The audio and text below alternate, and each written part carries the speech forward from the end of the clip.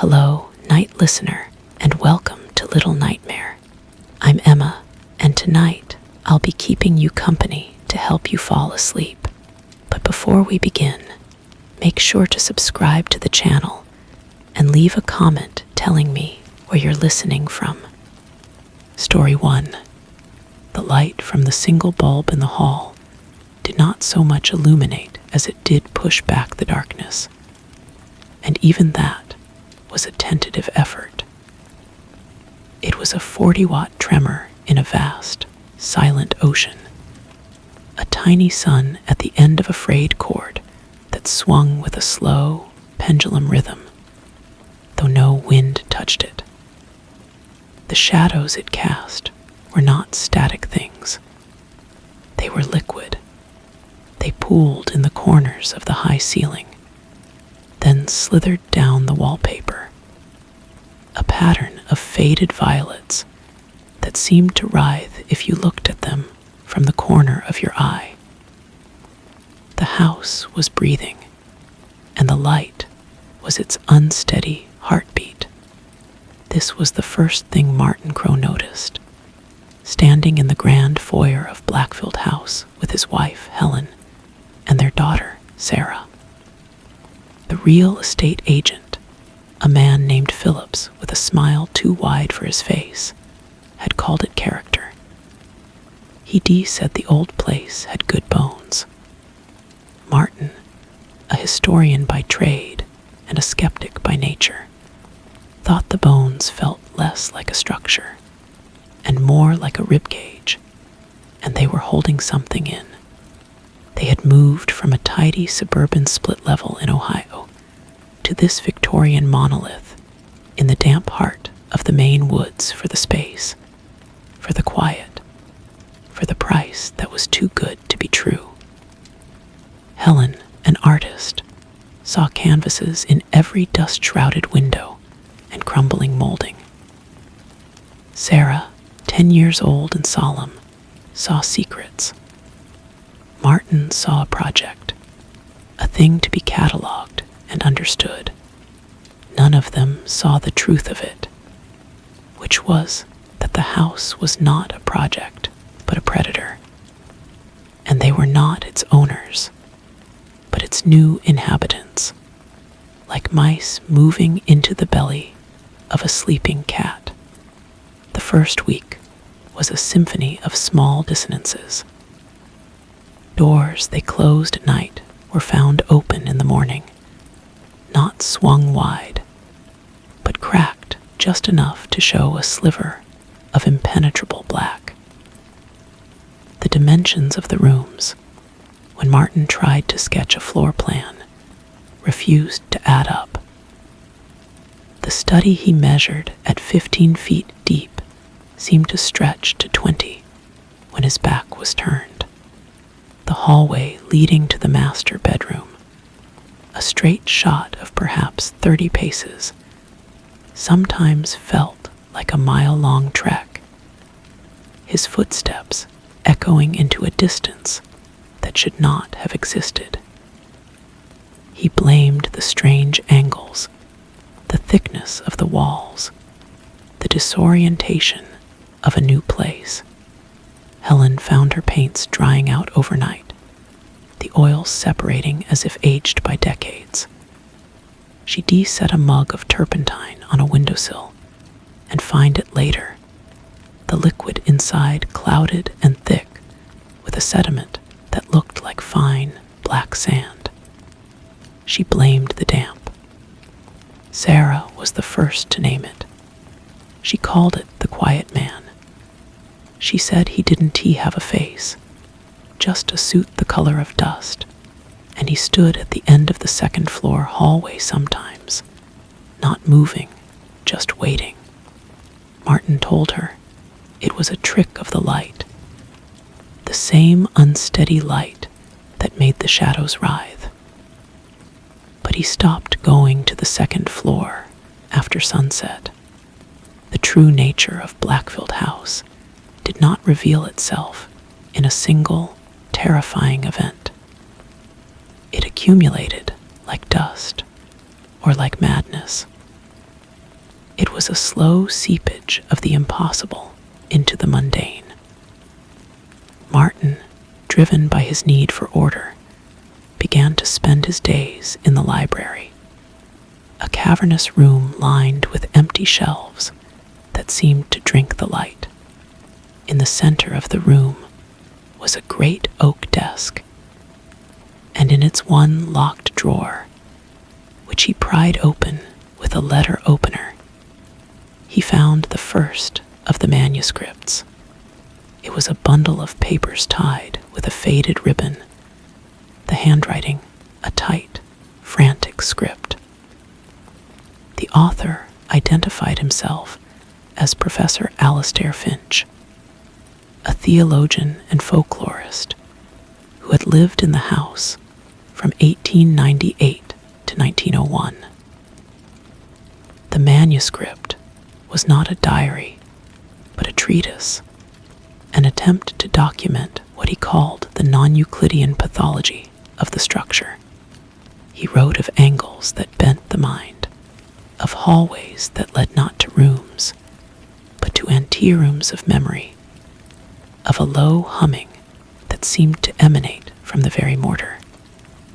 He described a phenomenon he termed spatial fugue, where one could walk a familiar corridor and find oneself in a part of the house that had no external counterpart, a place of cold air and a smell of wet stone and ancient loneliness. Martin read it in a single sitting, a cold knot tightening in his stomach. Here, in this brittle paper, was an echo of his own disquiet. He dismissed it as the ravings of a man driven mad by isolation. Yet he found himself checking Finch S measurements against his own. They matched, precisely. Weeks bled into months, marked by the gradual graying of Helen S. spirit.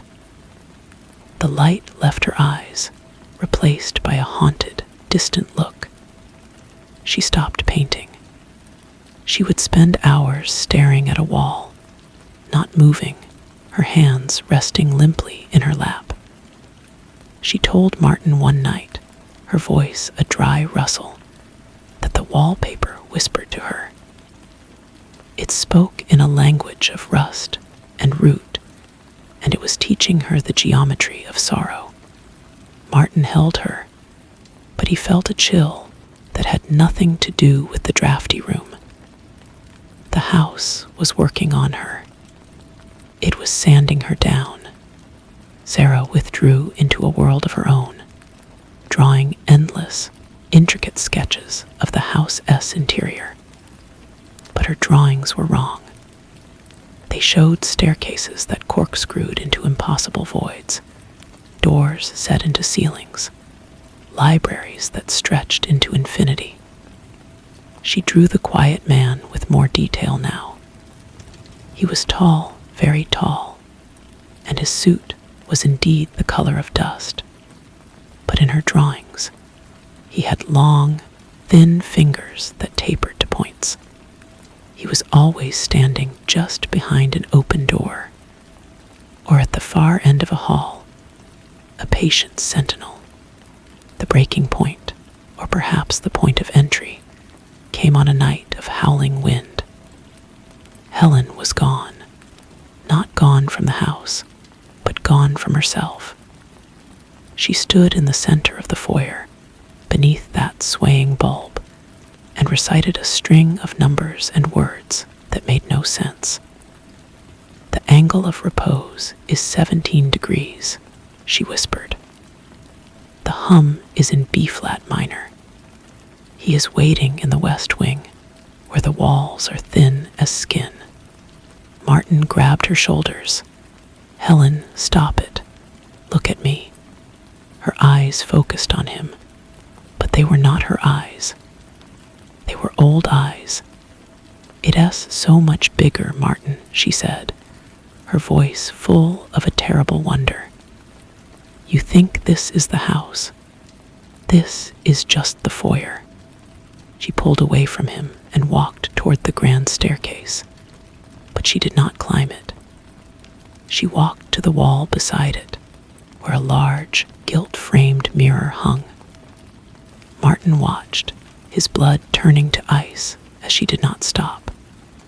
She pressed against the glass, and the glass did not break. It rippled like the surface of dark water, and she passed through it, her form dissolving into the shimmering silver. The surface solidified, and the mirror showed only his own terrified reflection and the empty hall behind him. He screamed her name, pounding on the glass, but it was cold and solid. He ran through the house, turning on every light, throwing open every door, but he found only empty, dusty rooms. The house was silent, save for the wind outside and a new sound, a faint, almost melodic hum that seemed to be vibrating up through the soles of his feet. It was in B-flat minor. He returned to the library, to Finch's manuscript. In his panic, he ripped the desk apart and found a second layer to the drawer, a false bottom. Beneath it was another, thicker sheaf of papers. This one was written in a different hand, neater, more clinical, but with the same undercurrent of desperation. The author was a Dr. Alina Vance, a psychologist who had taken up residence in 1923. Her work was a case study of her husband, who had, like Helen, been absorbed. She wrote of the house not as a building, but as an organism, a living system with its own intelligence and purpose. She postulated that it existed in more than 3 spatial dimensions, and that its true form was incomprehensible to the human mind. The shifting halls, the impossible rooms, were not a haunting, but a digestion. The house was consuming them, not their bodies, but their memories, their loves, their fears, the very substance of their souls. It fed on narrative. And then Martin found the footnotes. In a shaky, ink-blotted script, a third voice had annotated Dr. Vance's work. The notes were signed simply J. They were more terrifying than the primary text. J wrote not as an observer, but as a fellow prisoner. The West Wing is not a place. It is a state of mind, one note read. Another stated, the quiet man is not a ghost. He is a symptom. He is the house's immune response, shepherding the nutrients to where they need to go. The final note, scrawled in a margin as if in a great hurry, said, "It is learning. With each of us, it grows. It is building something in the darkness, and it needs our stories for the mortar." Martin's own story was unraveling. He stopped eating, stopped sleeping. He lived in the library, surrounded by the manuscripts, his own notes sprawling across the desk, mapping a territory that had no physical form. He was no longer trying to find Helen. He was trying to understand the mechanism of her loss. The house allowed this. It encouraged it. The hallways now shifted with purpose, leading him not to dead ends, but to new, previously unseen rooms filled with strange artifacts. A child's music box that played a tune Helen used to hum. A locket with a picture of Sarah that he had never seen taken. A book of poetry he had given Helen on their anniversary. Its pages now filled with text that was not poetry, but a continuation of Dr. Vance's manuscript. He realized, with a dawning horror that was also a kind of ecstasy, that he was becoming Jay. He was the latest scholar in a long, damned line, adding his commentary to the grand, terrible text of the house. He saw them all now, Finch, Vance, and the others, whose fragments he found a Soldier S letter from the 1940s, a Hippie S psychedelic journal from the 1970s, all of them drawn here, all of them consumed, their essences woven into the ever-expanding tapestry of the place. The house was a collaborative novel of horror, and he was writing the latest chapter. One day, he found Sarah sitting in the library. She was not his little girl anymore. Her face was calm, preternaturally serene. "The quiet man says it's time," she said. "He says you almost ready." "Ready for what, honey?" Martin's voice was a dry croak. "To see it. The real house. The one it's been building all this time, with all the pieces of everyone who ever lived here." She stood and took his hand. Her touch was cold. She led him out of the library, not to the foyer, but down a narrow, downward-sloping passageway he had never seen before. The air grew colder, smelling of damp earth and ozone. The hum was louder here, a physical pressure in his ears. The walls were no longer plaster and wood, but seemed to be made of a dark, veined substance that pulsed with a faint, rhythmic light. It looked like living tissue. The passage opened into a space that defied comprehension. It was a cavern, but not of rock. It was a cavern of memory and architecture. Staircases from different eras spiraled into a skyless void above. Windows looked out onto scenes from his own life, his wedding day, Sarah's birth, a fight with Helen. But the scenes were distorted, nightmarish reflections. He saw figures moving in the distance, translucent shapes that were Finch and Vance and others, trapped in eternal reenactments of their obsessions. And in the center of it all, vast and pulsing, was a core of pure, silent darkness, a heart of nothingness. This was the engine of the house. This was what it protected.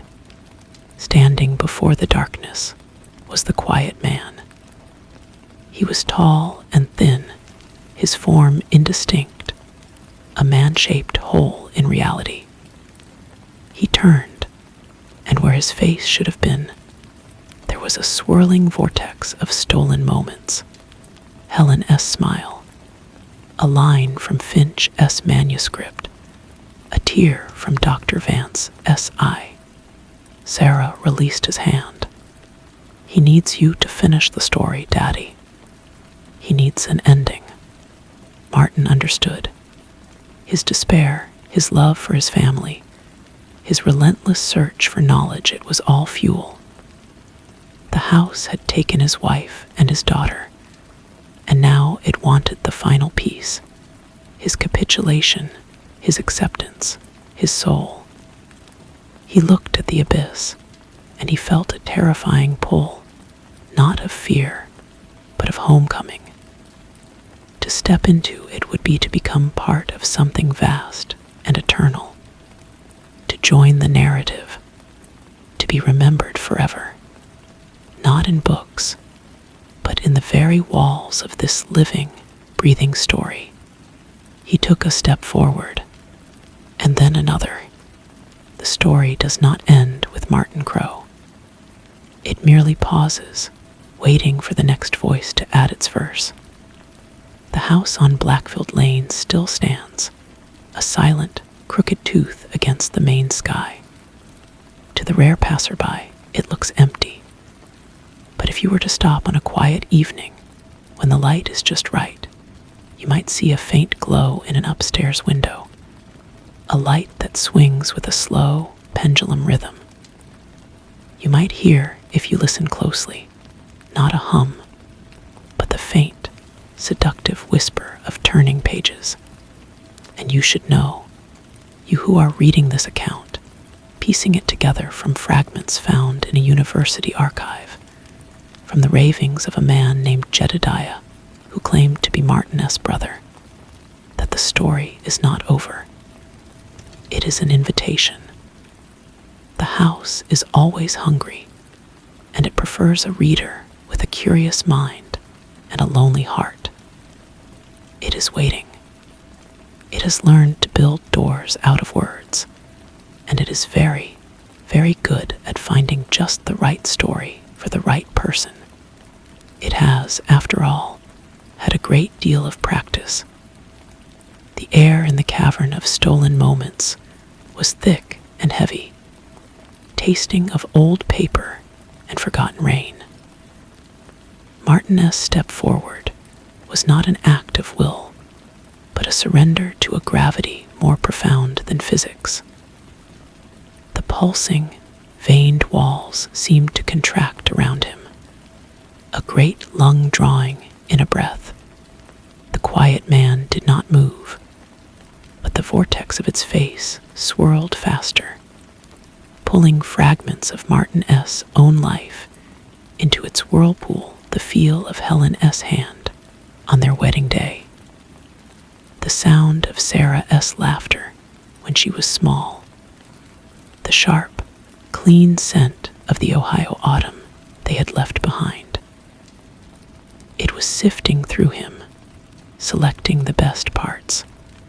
Sarah, or the thing that wore Sarah's shape, watched with an expression of placid expectation. She was already part of the architecture. He could see the faded violets from the foyer's wallpaper threading through the air around her, and a faint melody, the one from the music box, seemed to hum from her very skin. Another step. The silent, dark heart of the house loomed before him. It was not an emptiness, he realized, but a density, a compression of all the narratives consumed. It was the library's final, perfect book. He felt a terrifying warmth emanating from it, a promise of an end to loneliness, to the ache of being a single, separate consciousness. To join, it would be to understand everything. The despair of Helen's loss, the horror of Sarah's transformation would not vanish, but they would be placed in a grand, beautiful context. They would have meaning. He was close enough now to reach out and touch the darkness. His hand trembled as he raised it. The quiet man remained a silent sentinel, a facilitator of this communion. But as Martin's fingers were about to breach the surface, which he knew would be neither hot nor cold, but would feel like the turning of a page, a single, stubborn thought fought its way to the surface of his mind. It was not a memory of love or a cry of fear. It was the historian's instinct, the scholar's nagging doubt. It was a question. Finch had written of spatial fugues. Vance had written of psychological consumption. Jay had written of the house building something, but none of them had asked why. What was the purpose of this grand, terrible collection? A predator eats to survive. What did this organism, this idea made manifest in wood and plaster, ultimately want? His hand stopped, an inch from the void. The hum, the B-flat minor vibration that had become the soundtrack to his damnation, faltered. For a fraction of a second, it shifted, grating into a dissonant chord, pulsing light in the organic walls flickered. The quiet man tilted its head. The swirling faces in its non-face contorted, showing a flash of what might have been alarm. The house was not used to questions. It was used to consumption. It fed on resolved narratives, on stories that ended in surrender or madness. A question was an impurity, a grain of sand in its delicate machinery. Martin looked past the darkness, into the vast, impossible space. He saw the ghost of Professor Finch, forever taking measurements that would never cohere.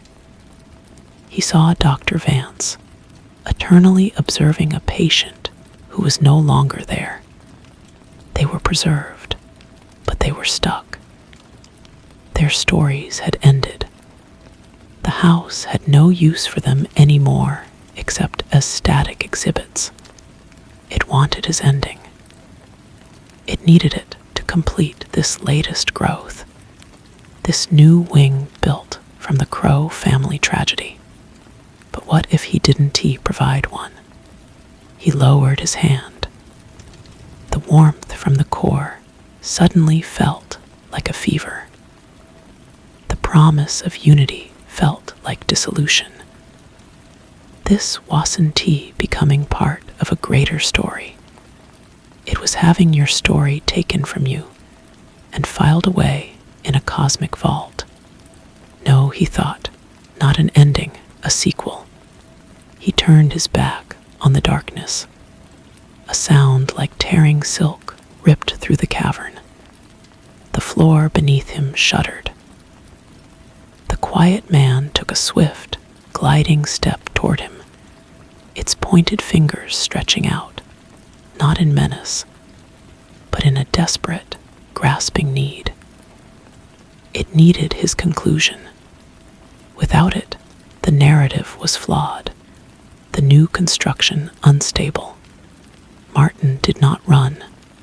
He looked at the Seraphing. "It doesn't get to have you," he said, his voice stronger than it had been in months. "It doesn't get to have any of us anymore." He turned and walked, not with the frantic panic of his earlier searches, but with a deliberate pace back toward the sloping passage. The walls of flesh and memory convulsed around him.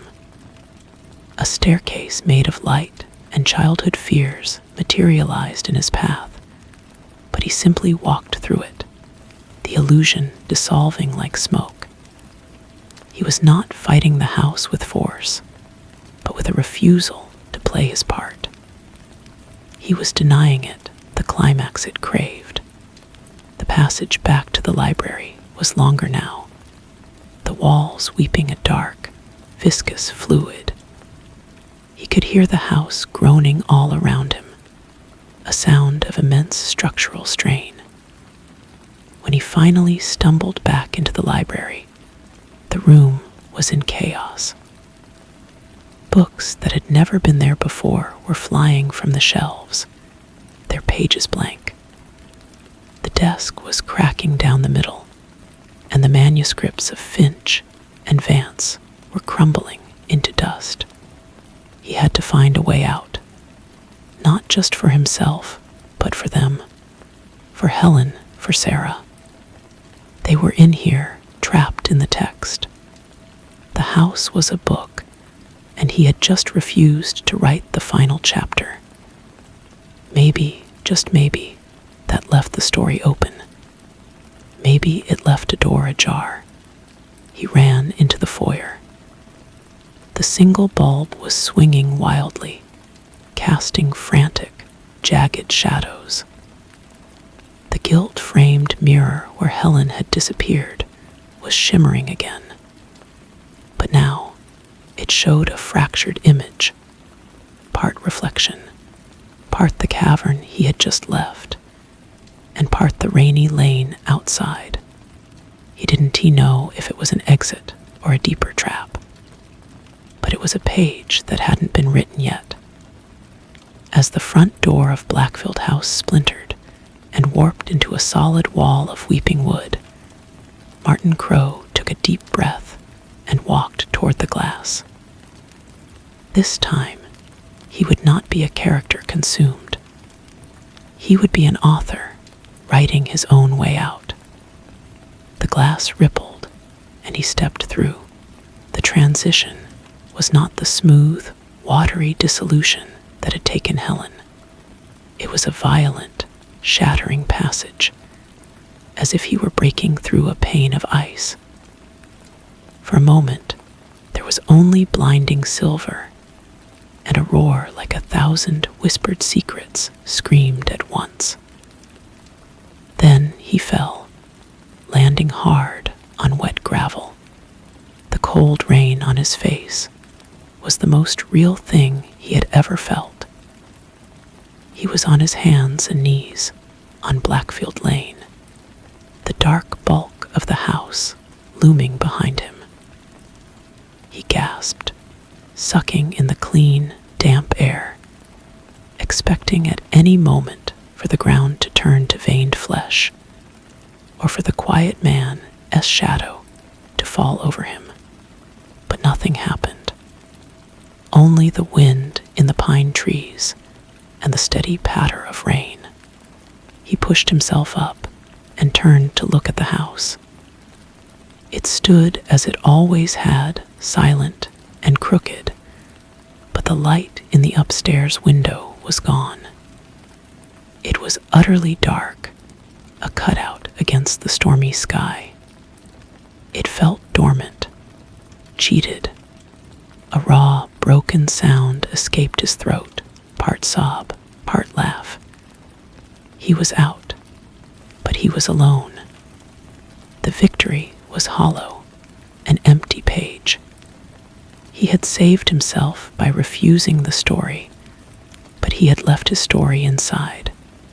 He began to walk, stumbling down the lane, not knowing or caring where it led. The further he got from the house, the more the world solidified around him. The scent of ozone and pine replaced the smell of dust and decay. The hum in his bones faded, leaving only the ache of exhaustion. He walked for what felt like hours, until the rain eased and a gray dawn lightened the sky. He came to a main road, and by some miracle, an old pickup truck rattled to a stop beside him. The driver, a man with a kind, weathered face, rolled down the window. "You look like UV had a night of it, friend. Need a lift into town?" Martin just nodded, his voice gone. He climbed into the warm cab, the mundane smell of coffee and old leather a balm to his soul. The town was a small, sleepy place. The driver, whose name was Bill, bought him a hot breakfast at a diner and listened patiently as Martin spun out a fractured, half-coherent story.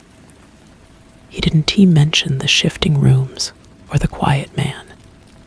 He said his family was missing, that they had been staying at the old house on Blackfield Lane. Bill S.'s expression grew grim. "That place," Bill said, shaking his head. "Bad business. Nobody goes out there. The police wouldn't even like it, but I'll take you to the station."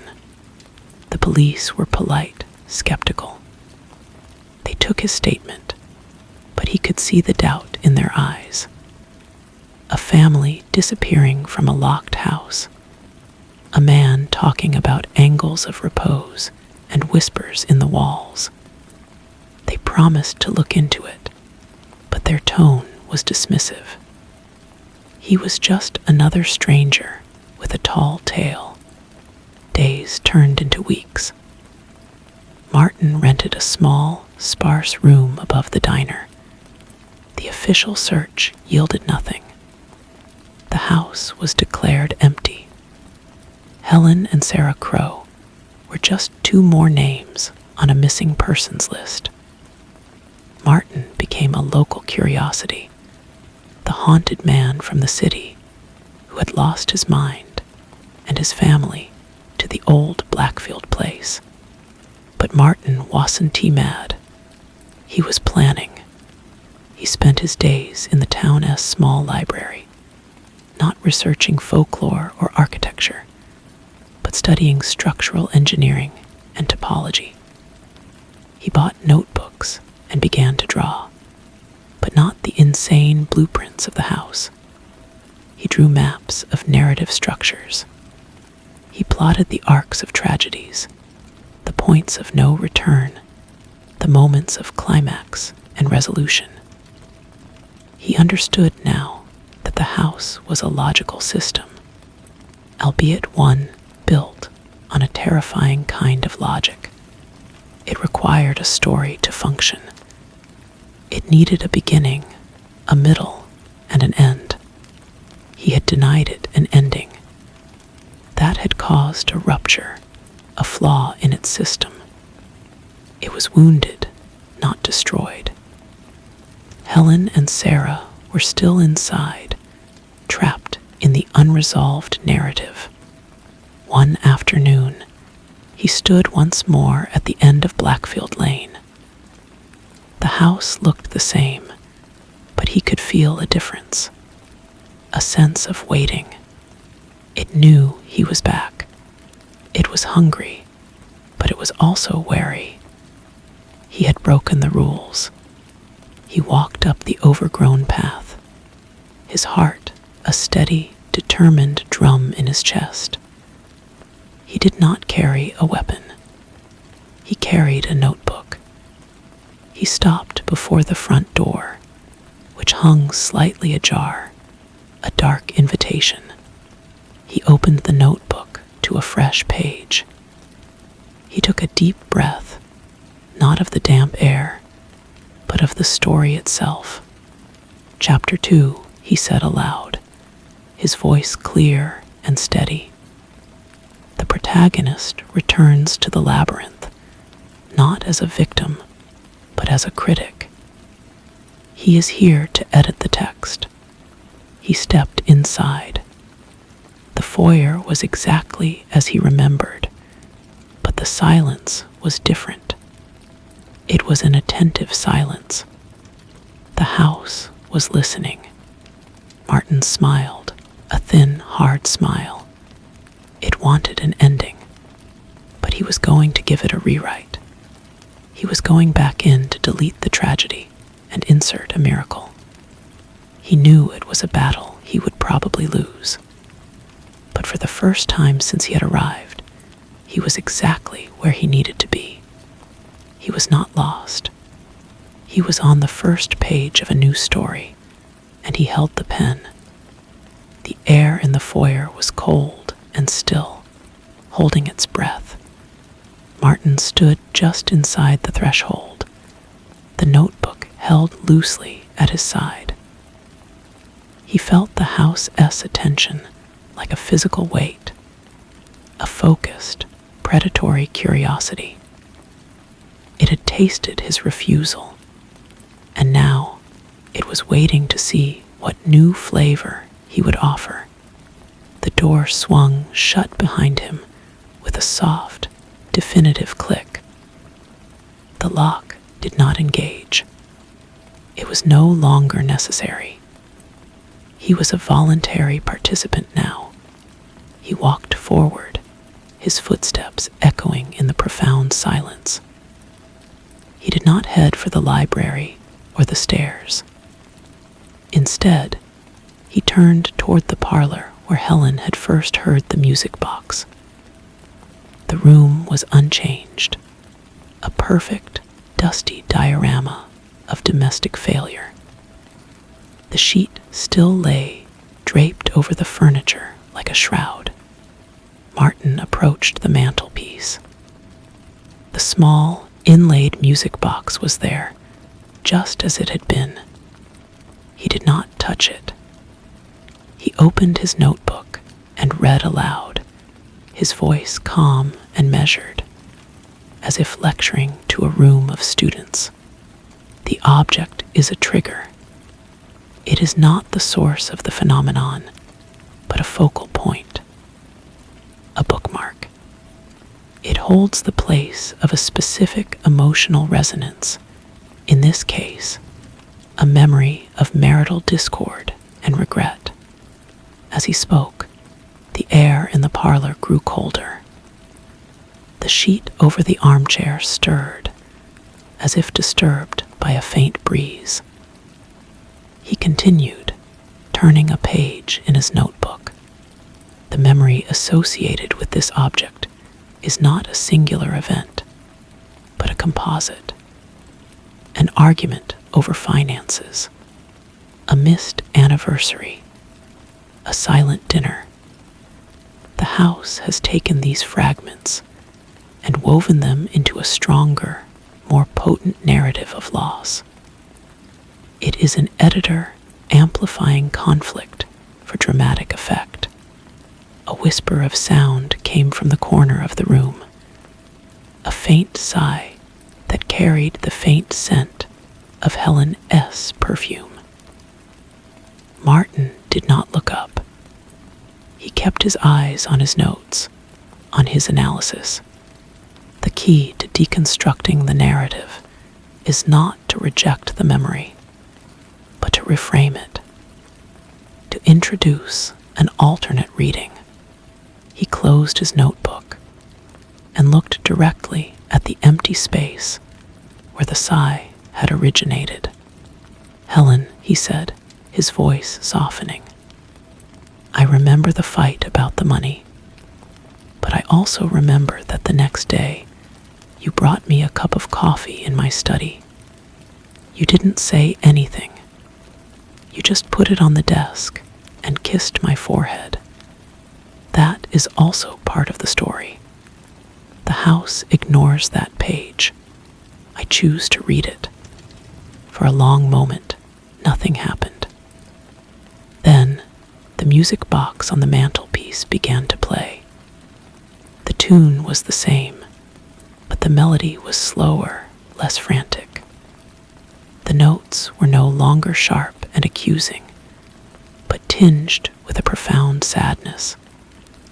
The sheet on the armchair settled, and for a single, heart-stopping second, Martin thought he saw the impression of a body sitting there, listening. Then it was gone. The music box fell silent. The room was just a room again, but something had changed. The oppressive atmosphere had lightened, if only by a degree. He had not broken the narrative, but he had introduced a footnote, a moment of ambiguity. It was a start. He left the parlor and climbed the stairs. The hallway upstairs seemed longer, the doors spaced further apart than he remembered. He ignored the door to Sarah S. room for now. That was the climax. He had to work through the secondary characters first. He found the door that had once belonged to Professor Finch. It was no longer wood, but appeared to be made of layered, yellowed parchment covered in frantic mathematical scrawls. Martin placed his hand flat against it. The surface was dry and brittle. "Professor," he said, "your calculations were correct. The angles were wrong, but you were asking the wrong question. You were trying to measure the house's physical dimensions. You should have been measuring its thematic weight." He opened his notebook again. He had spent weeks reconstructing Finch-S theories, not to prove them, but to complete them. He began to read aloud a series of his own equations, blending mathematics with literary theory. He spoke of narrative mass and emotional gravity. The parchment door began to vibrate. The scrawled equations glowed with a faint, phosphorescent light. One of the numbers, a 7, smudged and then rearranged itself into a different digit. A soft exhalation, like the sound of a relieved sigh, came from behind the door. The glow faded. The door was now just a door, the parchment illusion gone, replaced by simple, painted wood. Martin moved down the hall to Dr. Vance's room. This door was cold and smooth, like obsidian. A single, bloodshot eye was etched into its center. He approached it not with equations, but with a quiet apology. "Doctor," he whispered, "you are not observing a patient. You are observing a predator studying its prey. Your own clinical detachment was the very quality it used to consume you. You are not a failed physician. You are a witness." The etched eye on the door blinked slowly. A single black tear welled in its corner and traced a path down the dark surface. Then the door softened, the obsidian becoming simple, dark-stained wood. He had reached Sarah's door. It was no longer decorated with violets. It was a blank, white page. This was the core of the story the house had built from his family. This was where it had invested the most power, the most hope. He knew he could not simply reframe a memory here. He had to offer a new story entirely. He had to write a better ending. He sat down on the floor, his back against the wall opposite the door. He opened his notebook to a blank page. He did not speak to the house or to the memory of his daughter. He began to write. He wrote a story about a father who was too wrapped up in his work. He wrote about a mother who felt lonely. He wrote about a little girl who just wanted her parents to be happy. He wrote about a mistake, a decision to move to a strange old house, born of desperation rather than hope. He wrote honestly, without sparing himself. He confessed his arrogance, his neglect, his fear. The pen scratched against the paper, the only sound in the endless hallway. Then he turned the page. He began to write the second half of the story. It was not a story of monsters and shifting walls. It was a story of a man realizing what he had lost. It was a story of a father fighting not against a house, but against his own failure. It was a story of a love so stubborn that it would walk into the belly of a beast to correct a mistake. As he wrote, the blank white door began to change. Faint lines appeared on its surface, like pencil marks. A simple drawing began to form, a stick figure drawing of 3 people holding hands, a man, a woman, and a small girl. Beneath it, in a child's handwriting, words appeared. My family. Martin kept writing.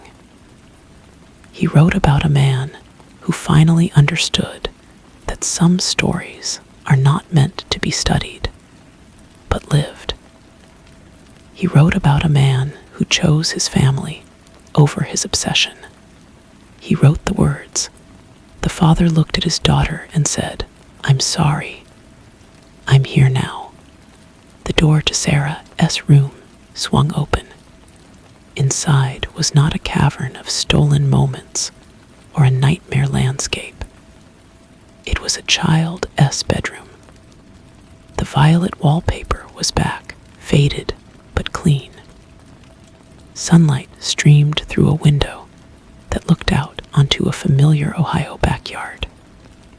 Sarah was sitting on the edge of her bed, not as the serene, hollowed-out vessel he had last seen, but as his little girl. She looked up at him, her eyes clear, though filled with a sadness that no child should know. "Daddy," she said, her voice small, "is the story over?" Martin closed his notebook. He walked into the room. The air smelled of crayons and clean sheets. "No, honey," he said, his voice thick with tears. "It's not over. We're just starting a new chapter." He took her hand. Her touch was warm. Together, they walked out of the room. The hallway outside was no longer an impossible, shifting corridor. It was the simple, second-floor hallway of Blackfield House, worn and dusty, but solid. At the end of the hall, the door to the master bedroom was open. Helen stood there, leaning against the doorframe, her face pale and streaked with tears, but her eyes full of a wary, disbelieving hope. The house was quiet. The hum was gone. It was sated, for now, not on an ending of despair, but on a new beginning of reconciliation. It had been given a different kind of story, one it had not tasted before. Martin knew the house was not defeated. It was a reader, and he had given it a tale it found interesting. It would wait. It would always be hungry. But as he led his wife and daughter down the stairs, their footsteps firm on the solid wood, he knew he had won the only battle that mattered. He had edited the text. He had pulled them from the narrative. The front door was ahead, and this time he knew it would open onto the real world. The story of the crows was leaving the house on Blackfield Lane. The house was left with silence and the faint, lingering echo of a love that had refused to become a tragedy. The three of them stepped out onto the gravel drive, and the morning sun, weak but genuine, felt like a blessing. Martin did not look back. He kept a firm grip on Sarah S. Small hand and held Helen S. arm, guiding them down the lane as if they were fragile, precious things pulled from a fire. They did not speak until they reached the main road, where the ordinary sound of a distant car engine was the most beautiful music Martin had ever heard. Helen stopped, turning to face him. Her eyes searched his, not with fear, but with a deep, exhausted confusion. "Martin," she whispered, "what happened?" It felt like a dream, a long, terrible dream. "It was a story," he said, the explanation feeling both insane and utterly true. "And we decided not to be characters in it anymore." They hitched a ride back to town with a mail carrier, who eyed their disheveled appearance with curiosity, but asked no questions. The world had a new, sharp clarity to it. The colors of the passing trees seemed brighter, the sound of the tires on the asphalt more distinct. It was the vividness of a reality recently regained. Back in their small rented room, the ordinariness was overwhelming. Helen and Sarah showered, washing away a grime that seemed more metaphysical than physical. They ate a simple meal of soup and bread, and the act felt like a sacrament. Sarah fell asleep on the narrow bed, her breathing deep, and even a sound Martin had feared he would never hear again. Later, as dusk settled, Helen sat with him at the small table. "The police," she said quietly. "They have questions. Our story at 1T makes sense. Martin nodded. I know. We LL tell them we got lost. That we had a falling out and I left, and you and Sarah stayed in the house, disoriented. That we V reconciled. It was a flimsy tale, but it was a story the world could accept. It was a necessary fiction to protect the unbearable truth. The next day, their visit to the police station caused a minor sensation. The officers were baffled, suspicious, but ultimately relieved. The missing were found. Case closed. Bill from the diner clapped Martin on the back, his eyes wide with amazement. I knew you weren't crazy, he said, though his tone suggested he wasn't entirely sure. Weeks passed. They did not go back to Ohio. Martin found a job doing drafting for a local construction firm, his hands now creating solid, real-world blueprints. Helen started volunteering at the town library, finding solace in the quiet, predictable order of books that stayed on their shelves. Sarah began to make friends at the small town school, her laughter slowly returning, though sometimes Martin would catch her staring into the middle distance, as if listening for a faint, familiar whisper. He had kept his notebooks. He never opened them, but he could not bring himself to throw them away. They were a record of his battle, a map of the labyrinth. He kept them locked in a trunk, a quiet testament to the fact that some doors, once opened, can never be fully closed. One evening, he walked to the edge of town, where the road turned into Blackfield Lane. He stood there for a long time, looking into the gathering gloom. The house was still there, of course. He could feel its presence, a patient silence at the end of the lane. It was not dead. It was reading. It was digesting the new story he had given it. He knew, with a certainty that chilled him, that it was already hungry again. It was waiting for the next author, the next family desperate enough to provide it with a tale. But not his family. Their story was their own now, messy and unpredictable and beautifully ordinary. He had learned that a story is not about its setting, but about its choices. He turned his back on the lane and walked home, toward the lights of the town, toward the simple, unwritten page of tomorrow. The house could keep its silence. He had all the noise he would ever need. The noise was Sarah S. laughter, bubbling up from the living room as Helen read her a bedtime story.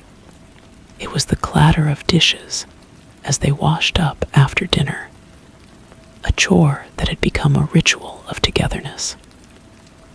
It was the quiet, steady sound of Helen S. breathing beside him in the dark, a sound that now meant safety, not distance. Martin clung to these noises, collecting them like charms against the memory of that attentive, predatory silence. He thought he was the only one who still felt the pull. Then, one Saturday afternoon, he found Sarah sitting on the floor of her room, not playing, but simply drawing. She was sketching a house with a slanted roof and a single, large door. It was a Child S drawing, crude and simple, but it made his blood run cold. "What is that, sweetie?" he asked, keeping his voice light. She didn't look up. "It is just a house," she said. "It is a quiet house. It is waiting for a new story." Martin's mouth went dry. He knelt beside her. "What kind of story?" Sarah finally met his gaze, and for a fleeting second, her eyes were not a child's eyes. They were old and held a knowledge that made his heart ache. "A sad one," she said simply. "It likes those best, but it's learning to like other kinds." Then she blinked, and the moment passed. She crumpled the drawing. "I don't like it. I am going to draw a spaceship instead." That night, he told Helen about it.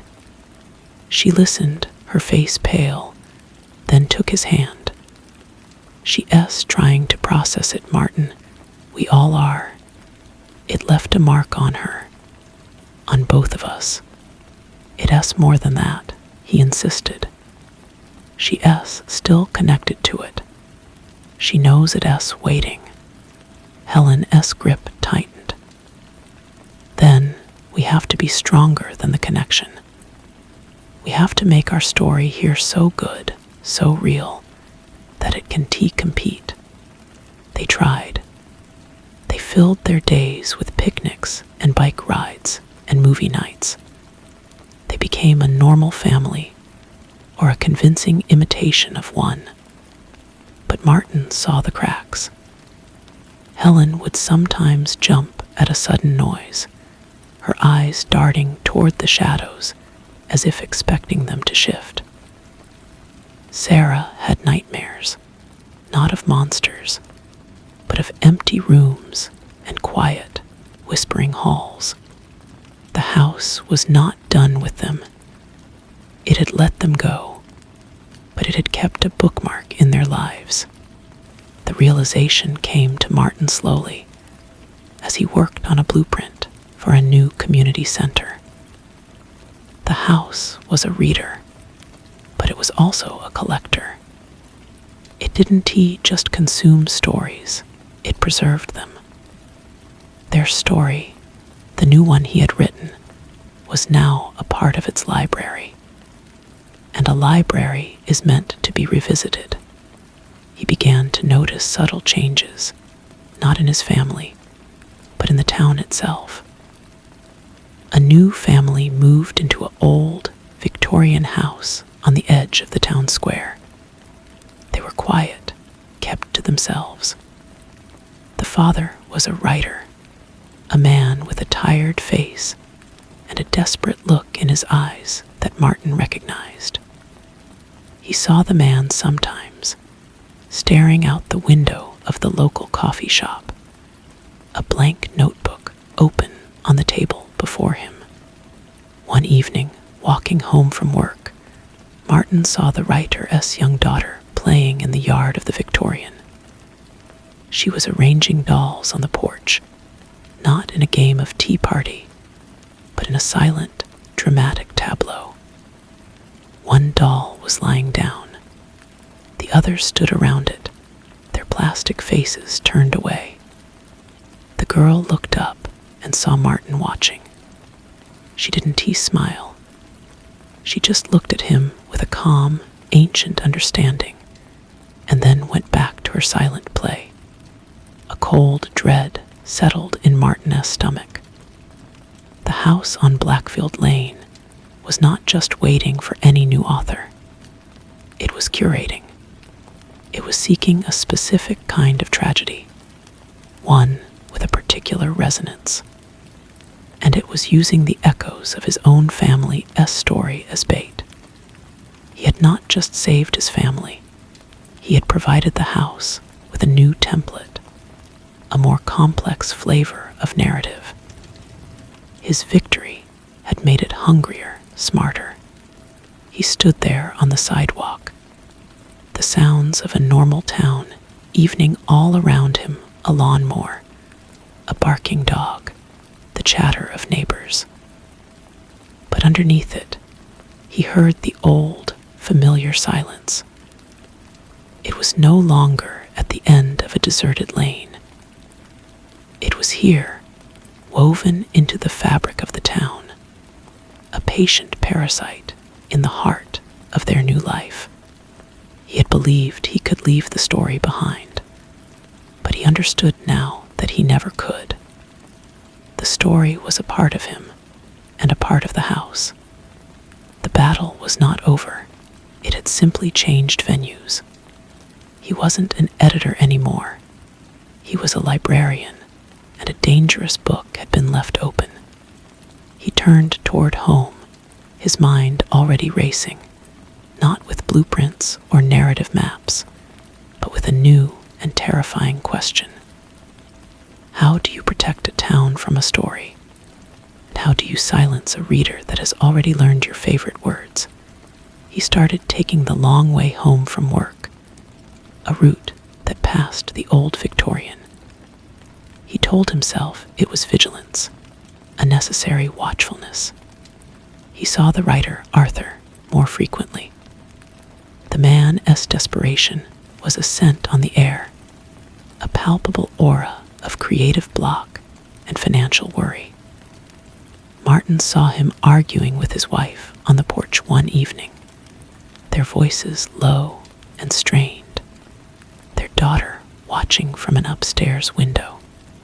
The scene was a rough draft of his own past, and the house on Blackfield Lane was the publisher waiting for the final manuscript.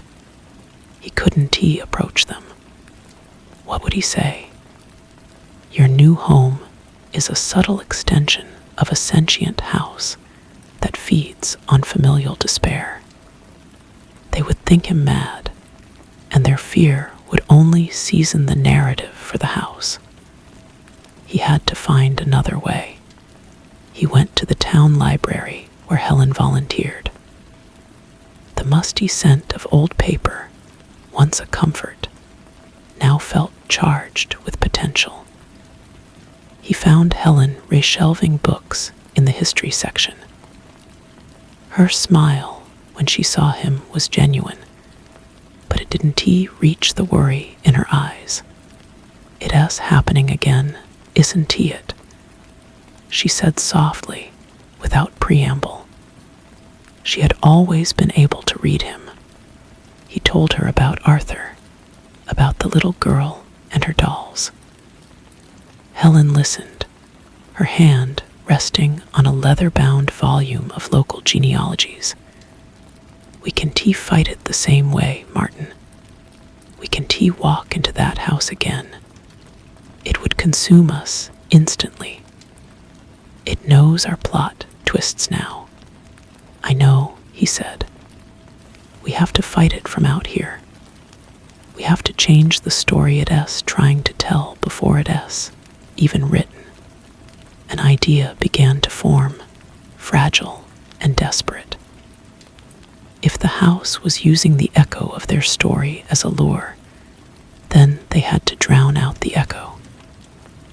They had to create a counter-narrative, a story so loud and bright and present that it would overwhelm the quiet, tragic melody the house was playing for the new family. That weekend, they invaded the writer's life with relentless normality. Martin, armed with a plate of Helen's chocolate chip cookies, went next door and introduced himself as a concerned neighbor who heard they just moved in.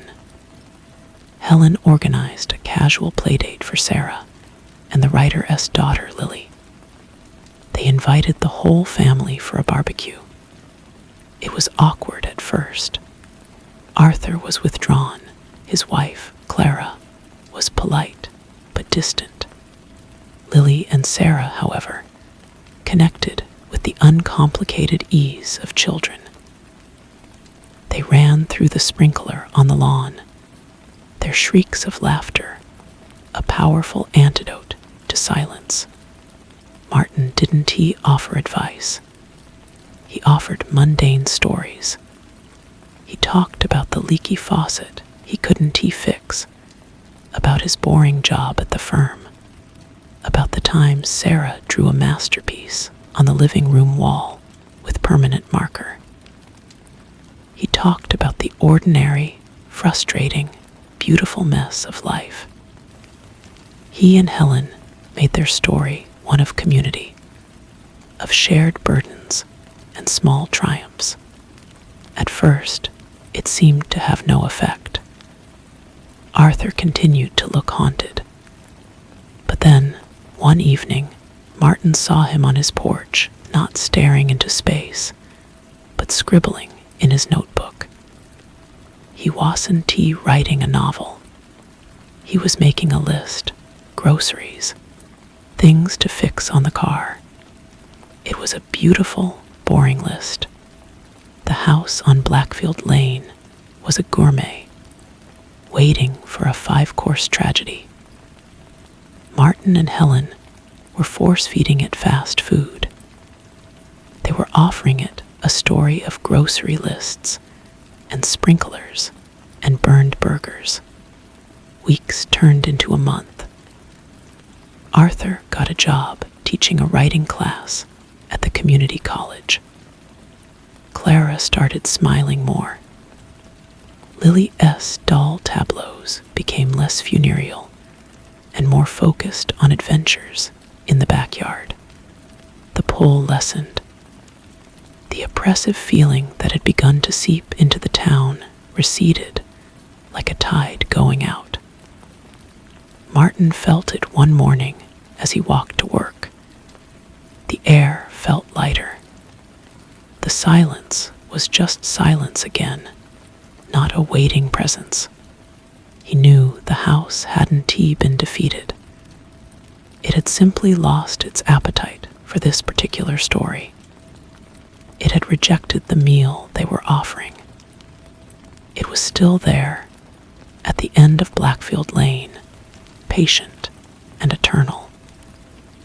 It would wait for a more susceptible author, a family with a story too bitter to be sweetened by cookies and kindness.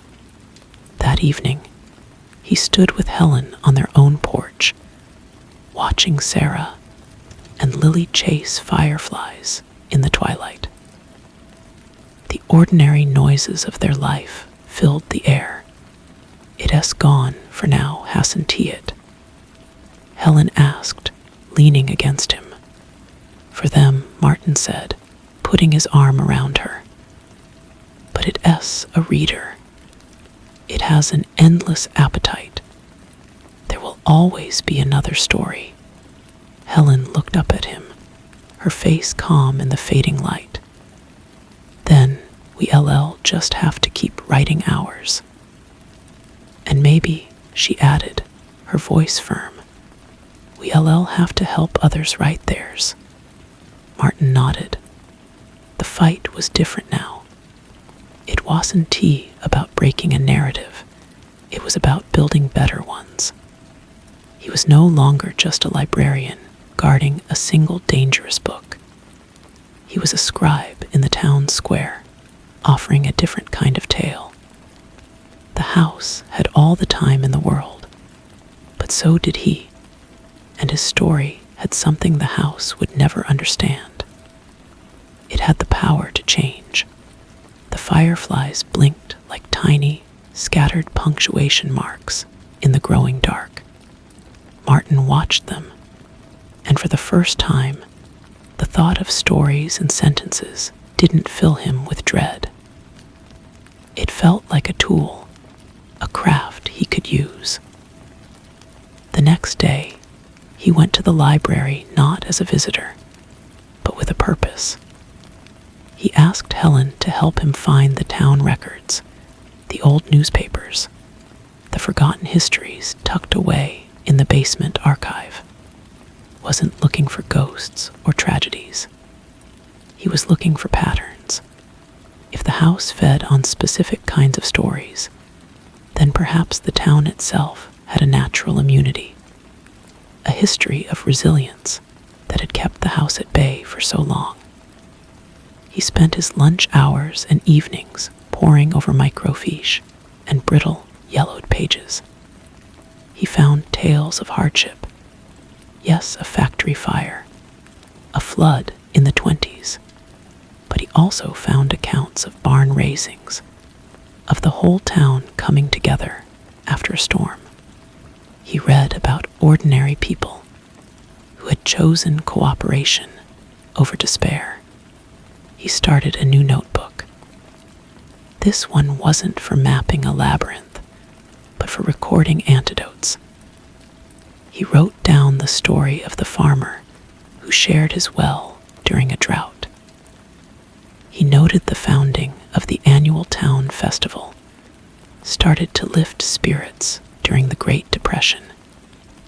He was building an arsenal of hope.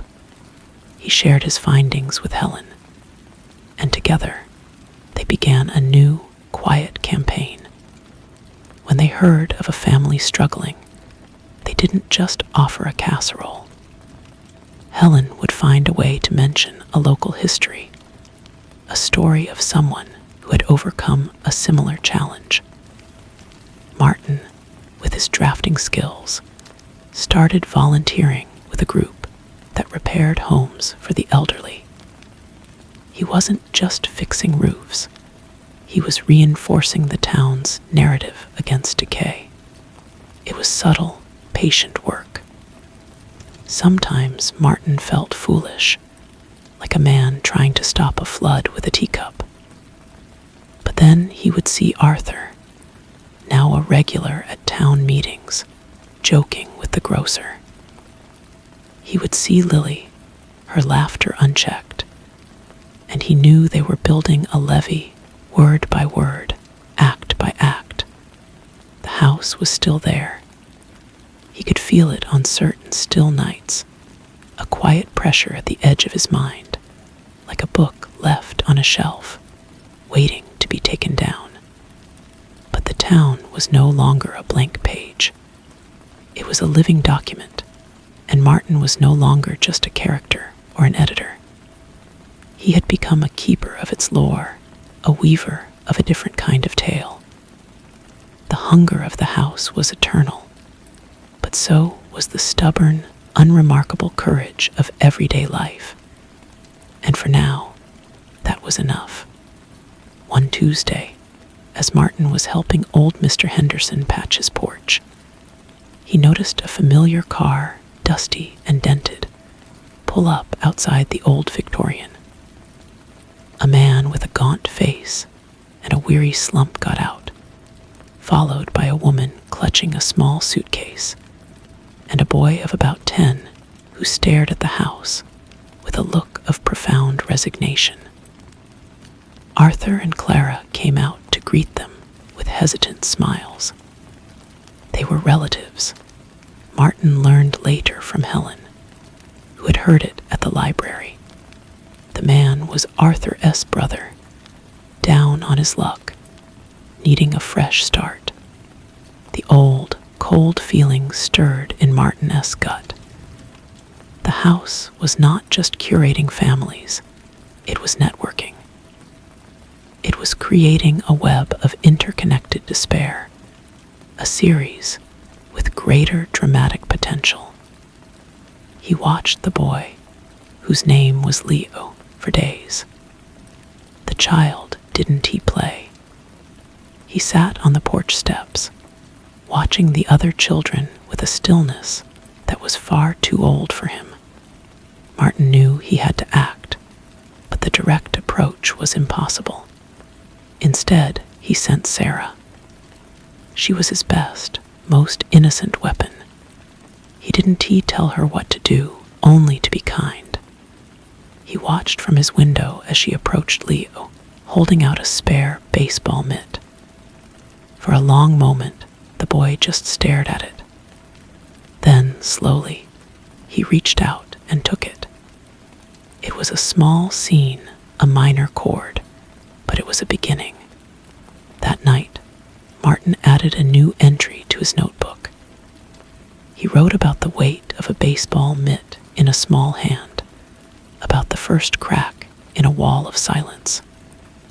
He was learning that the best stories weren't about grand finales, but about the next sentence, and the one after that. The house could keep its library of sorrows. He was busy writing the next page, one quiet word at a time. The following Saturday, Martin organized a trip to the creek behind the town park. It was an old tradition, one he read about in the archives. He invited Arthur S. family, and with a careful casualness, made sure the invitation included the new arrivals. Leo initially refused to get out of the car, but Sarah, with a stubbornness she inherited from her mother, simply waited by his door until he reluctantly emerged. The day was bright and noisy. Children splashed in the shallow water, their shouts echoing off the trees. Martin watched Leo. He stood at the water's edge, a solitary figure amidst the chaos. Then Sarah splashed him, a deliberate, playful drenching. Leo froze, water dripping from his hair. For a terrible second, Martin thought the boy would retreat back into his shell. But then, a flicker of something not quite a smile, but a lessening of the grimace crossed his face. He bent down and splashed her back. It was not a miracle. It was a small, ordinary moment. But as Martin watched the two children engage in a tentative water fight, he felt a shift in the air around the Victorian house. The narrative pressure, which had been building like a thunderhead, seemed to lighten by a single degree. The house preferred its tragedies quiet and introspective. The sound of splashing water and a child's surprised laugh was a discordant note in its symphony. Helen came to stand beside him, her hand finding his. She didn't say anything. She just squeezed his fingers, and in that squeeze, he felt her understanding. This was their work now. Not a single dramatic confrontation, but a constant, gentle pressure against the pull of the silence. They were proofreaders for the town's story, correcting the grammar of despair wherever it began to appear. The house was a voracious reader, but Martin was starting to believe that a story, once truly shared, could become a shield. And perhaps, in time, even a key. The change in Leo was gradual, like ice thawing on a branch. He started speaking in short, quiet sentences. He began joining Sarah and Lily in their games, though he often preferred to watch from the sidelines, as if studying the rules of a foreign country. Martin saw Arthur's brother, David, watching these interactions from the porch. The man's weary face showed not relief, but a kind of confused suspicion, as if this ordinary happiness was a trick he couldn't quite figure out. Martin understood. Despair could become a comfort, a known quantity. Hope was a risk. He knew he had to extend the narrative to David, but the man was a closed book, his spine cracked by failures Martin could only guess at. The opportunity came on a rainy Thursday. Martin was driving home from work when he saw David struggling to change a flat tire on his old car, the rain soaking him to the skin. Martin pulled over. He didn't offer help immediately. Instead, he stood in the rain for a moment, getting just as wet. "Looks like you've got a real problem there," Martin said, his voice flat, stating a simple fact. David glared up at him, his expression daring Martin to offer pity. "I see that." Martin nodded toward the lug wrench. "The trick with these old bolts is to stand on the wrench. Your body weight does the work your arms can tee." It was practical, unsentimental advice. It acknowledged the struggle without commenting on the man's circumstances. David stared at him for a long moment, then shuffled aside. Martin put his foot on the wrench and leaned his weight into it. The bolt gave with a loud crack. They changed the tire together in the pouring rain, a silent, muddy operation. When it was done, David wiped his hands on his jeans. "Thanks," he muttered, the words seeming to cost him something. "Anytime," Martin said. "My garage is a mess, but it has dry. IV got a coffee maker that makes coffee almost as bad as the Diner S.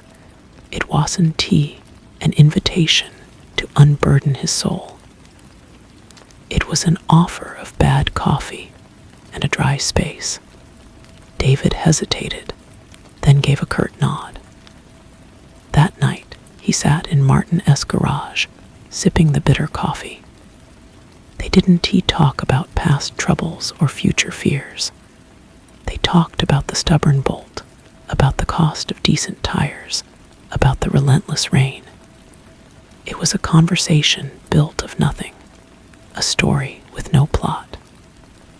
But as David left, his shoulders seemed a fraction less heavy.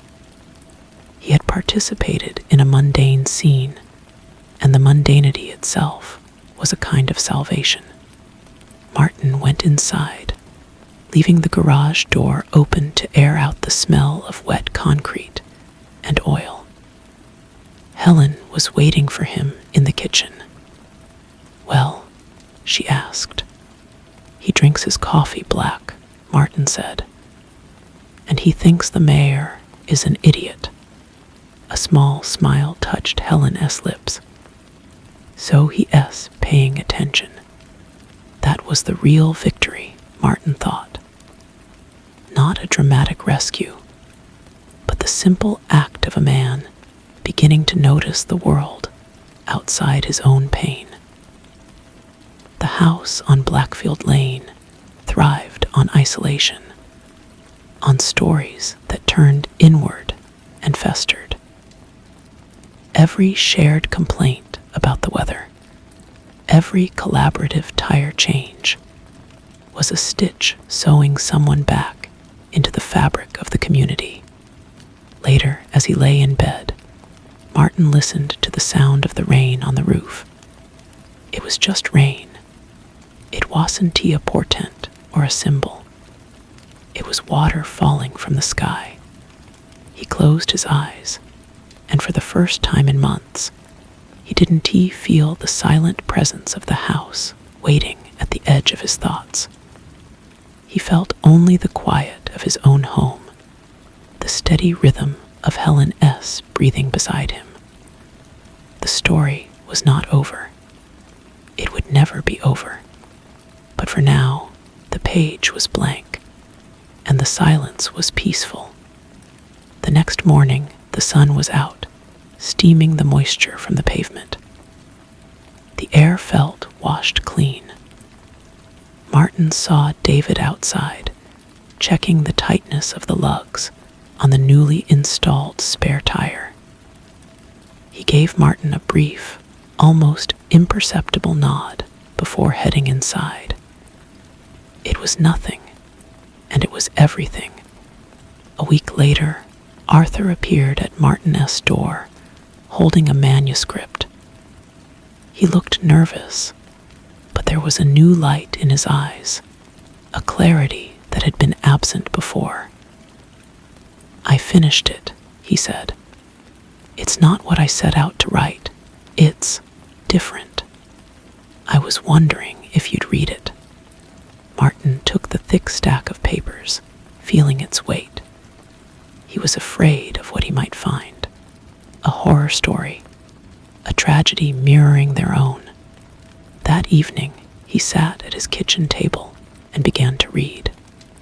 The story was about a small town, not unlike theirs, and a family moving into an old house. But the house wasn't a monster. It was just a house.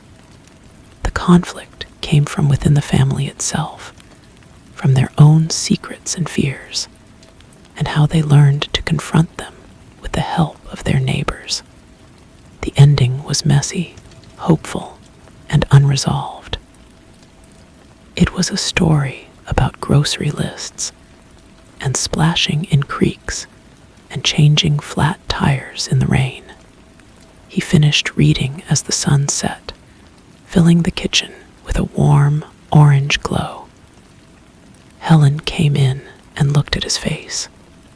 "Well, it's good," Martin said, and he meant it. "It's a story about us, but it's not our story. It's his." Arthur had not been consumed by the house's narrative. He had absorbed the counter-narrative Martin and Helen had offered, and had transformed it into something new, something uniquely his own. He had not written a tale for the house to feast upon. He had written a shield. The act of creation itself had been an act of defiance. Martin returned the manuscript the next day. "It's honest," he told Arthur. "That's what matters." Arthur smiled, a real, unburdened smile. "It feels that way. I think I just had to stop trying to write the kind of book I thought I should write and start writing the kind of life I saw happening around me." The house on Blackfield Lane remained. Martin knew it would always be there, a silent editor in the wings. But the town was different now. It was fuller, louder, more connected. It was a story that was constantly being rewritten by its inhabitants, a collaborative work in progress. Martin was no longer just a keeper of lore. He was a participant. He walked to work each day through a living manuscript, each friendly wave, each shared complaint about the weather, a sentence in a story that was stronger than any single tragedy. The hunger was eternal, but so was the telling. And for now, the telling was enough. The manuscript became a kind of local secret. Arthur S. writing class at the community college swelled with students, not all of them aspiring novelists. Some were just curious townspeople who had heard whispers of a story that felt familiar. They began writing their own small tales about a lost dog found by the whole neighborhood, about a potluck that saved a family from eviction. The library's community board, once just for lost pets and yard sales, began to feature these brief, handwritten stories pinned to the cork. It was an ever-growing anthology of ordinary resistance. Martin watched it all with a quiet sense of awe. He had started by trying to fix a single broken narrative, but he had inadvertently given the town a new voice. The house's influence hadn't vanished. It had simply been outshone.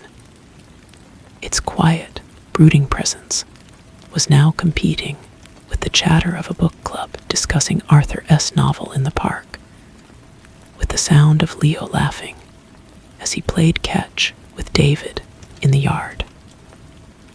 The story of the house was no longer the most compelling one on Blackfield Lane. One afternoon, Martin was in the library basement, searching for a specific old map, when he felt a familiar, cold draft. It wasn't coming from a window. It emanated from a shadowed corner where a stack of old land deeds was stored. He approached slowly, not with fear, but with a grim curiosity. Pushing aside a cardboard box, he found the source. A single, leather-bound ledger, older than any other book in the room, was lying on a shelf. Its cover was blank. When he opened it, the pages were filled with names, dates, and brief, stark entries. The Henderson family, 1898. Debt. Lost the farm. The Miller girl, 1921. Fever. Gone. It was a ledger of sorrows, a catalog of every tragedy the house had ever consumed. He realized then that the house didn't just read stories, it kept records. This ledger was its library.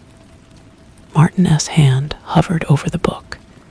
He could destroy it, he thought, set a match to it, but something stopped him. Destroying the record wouldn't destroy the pain. It would only make it forgotten. And some pain needed to be remembered, not as a feast for a hungry presence, but as a lesson. He closed the ledger and did not burn it.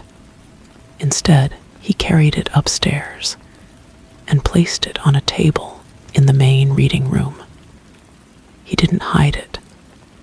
He put it on display, a silent testament to what they were fighting against. Helen found him staring at it. "What is that?" she asked, her voice hushed. "It's the other side of the story," Martin said. "The one we're overwriting." She touched the cover, then looked at the bustling library around them, children at the computers, seniors reading newspapers, Arthur leading his writing group in a discussion. "Then, let's make sure our side has more volumes," she said. Martin smiled. That was the plan. The house had its ledger of losses. The town was now writing its own ledger of small, stubborn victories. It was a contest, not of magic, but of volume, of persistence. And as Martin looked around the bright, noisy room, he liked their chances. The story was continuing, and for the first time, he felt sure that it was a story with a future. Story 2. The thought arrived not as a memory of my own, but as a stain, seeping through the floorboards of my mind from some room below. It was a simple, chilling certainty. The house next door had always been hungry. I was 10 years old, sitting at the kitchen table and tracing the wood grain with a grimy finger, when this foreign knowledge settled into me. The house had stood empty for years, a gaunt, Victorian skeleton with peeling paint the color of a week-old bruise, its windows boarded over like blinded eyes. But the thought insisted it was not empty at all. It was simply waiting, its hunger a patient, physical presence in the foundation, in the very air that clung damp and cold to its clapboard skin. I shook my head, a quick, bird-like motion, and the thought retreated. But it left a residue, a film of dread that made the sugary taste of my breakfast cereal turn to ash in my mouth. My name is Kendrick. I was a boy built for solitude, all sharp angles and quiet observations. My father was a ghost who left behind a scent of motor oil in absence, and my mother worked double shifts at the hospital, her love expressed in tired smiles and microwave dinners. The world outside our own quiet, shabby house was a territory of constant, low-grade terror. School was a gauntlet run by 3 boys whose cruelty was as unthinking and efficient as a natural disaster. There was Boyd, with his thick neck and meaty fists, Liam, his sly lieutenant, and then there was Roy, the worst of them.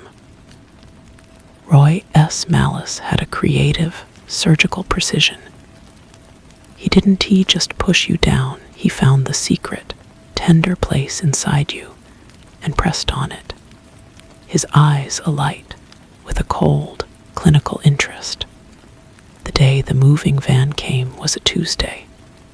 The sky a flat, unforgiving gray. I watched from my bedroom window, hidden behind the yellowed lace curtain that smelled of dust and old perfume.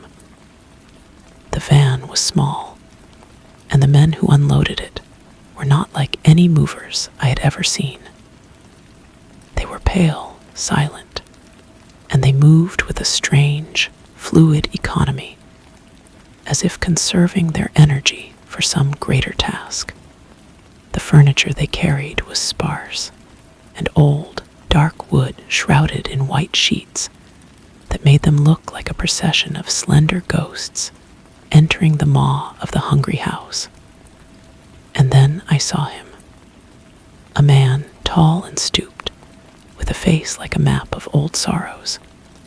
He stood on the porch, not directing the men, but simply watching, his hands shoved deep into the pockets of his worn tweed coat. This, I would learn, was Fulton. And then, a small figure darted from behind his legs. It was a child, a girl.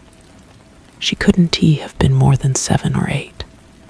She wore a simple blue dress, and her hair was the color of winter wheat. She didn't run and play as a child might on moving day.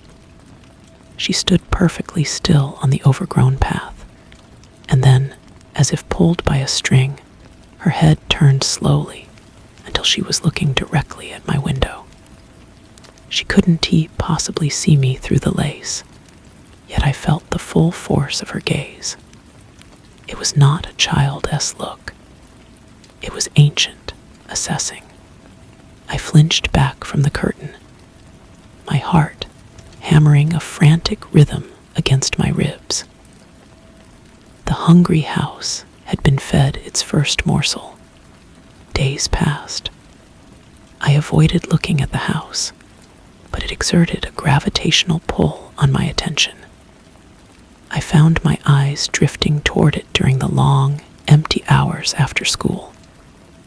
Then, one afternoon, as I was trudging home, the inevitable happened. Roy, Boyd, and Liam materialized from behind the thick hedges of the park. Roy smiled, a thin, lipless stretch of skin. "Look, it's the invisible boy," Roy said, his voice a soft, mocking sing-song. "Were you rushing off to, Kendrick? Got a hot date with your shadow?" They pushed me into the alley behind the post office, a place of damp brick and the sweet-rotten smell of overflowing dumpsters. The blows were familiar, a dull percussion against my back and shoulders. The real pain was in their laughter, a sound that made me feel less than human, a thing to be kicked and mocked. They left me curled on the ground, the taste of blood sharp and metallic in my mouth, where my tooth had cut the inside of my cheek. I don't know how long I lay there. When I finally pushed myself up, wiping my bloody mouth on my sleeve, I saw her. The girl from next door was standing at the mouth of the alley, silhouetted by the failing afternoon light. She didn't say a word. She just looked at me, her head tilted slightly. Then she turned and walked away. After a moment, I stumbled to my feet and followed. It wasn't a conscious decision. It was an instinct, like a wounded animal following the one creature that hasn't shown it fear. She led me not to the front door of the hungry house, but around the side, through a gate that groaned on rusted hinges, into a backyard that was a jungle of neglected rose bushes and towering, skeletal oaks. The air was still and cold, and the sound of the town seemed to die at the property line. In the center of the yard was a stone bench, slick with green moss. She sat down and patted the space beside her. "I am Christy," she said. Her voice was small but clear, like a bell ringing in a deep well. "Kendrick," I mumbled, sitting down, keeping a careful distance. "They hurt you," she stated. It wasn't a question. I just nodded, staring at my scuffed shoes. "Fulton says hurting is a kind of language," she said, her gaze fixed on something I couldn't see. "A simple one, easy to understand." "Who is Fulton?" I asked, though I already knew. "He takes care of me." She finally looked at me, and her eyes were a startling pale gray, the color of a winter sky just before snow. "He says we have to be careful, that we rate different." A connection sparked between us then, a circuit completed. I was different. She was different. In that moment, it was all the reason I needed. A fierce, protective warmth bloomed in my chest. I had a friend. The following weeks were a secret, golden time. My mother, lost in her own world of exhaustion, never questioned where I went. I would slip out my back door and through a gap in the fence into Christy's yard. We never went inside the house. That was a rule, unspoken but absolute. Our world was the garden, a decaying kingdom we made our own. Christy was a quiet companion. She didn't play games or run about. She would sit for hours, perfectly still, watching a beetle navigate a blade of grass, or tracing the patterns of the lichen on the bench. She asked me questions about my life, about school, about the boys who tormented me. She listened with an intensity that was almost unnerving, as if she were memorizing every word. Sometimes Fulton would appear. He would stand on the back porch, a tall, silent sentinel, watching us with an expression I could not decipher. It wasn't suspicion, nor was it warmth. It was more like the look a zookeeper might give a rare and delicate animal, a mixture of care and profound wariness. He never spoke to me, but once he brought 2 glasses of pale, amber liquid out to us. It was sweet and cold, and tasted of herbs I didn't recognize. "It will give you strength," was all he said, his voice a dry rustle of sound, before retreating back into the shadows of the house. One afternoon, I found Christy staring at a dead sparrow that had fallen from one of the oak trees. Its neck was bent at an impossible angle. She reached out a small, pale hand and touched its feathers with a tenderness that made my throat ache. "Everything needs to eat, Kendrick," she whispered, not looking at me. "Everything has a hunger. The tree hungers for the sun. The earth hungers for the rain. The bird hungers for the worm." "I guess so," I said, uncomfortable. "Some hungers are stronger than others," she continued. "Some are older. They come from a deeper place. I didn't understand then. I just saw a profound sadness in her, a loneliness that mirrored my own, and it bound me to her even more tightly. The omens began to accumulate, subtle at first, like the first few drops of rain before a storm. Roy and the others left me alone.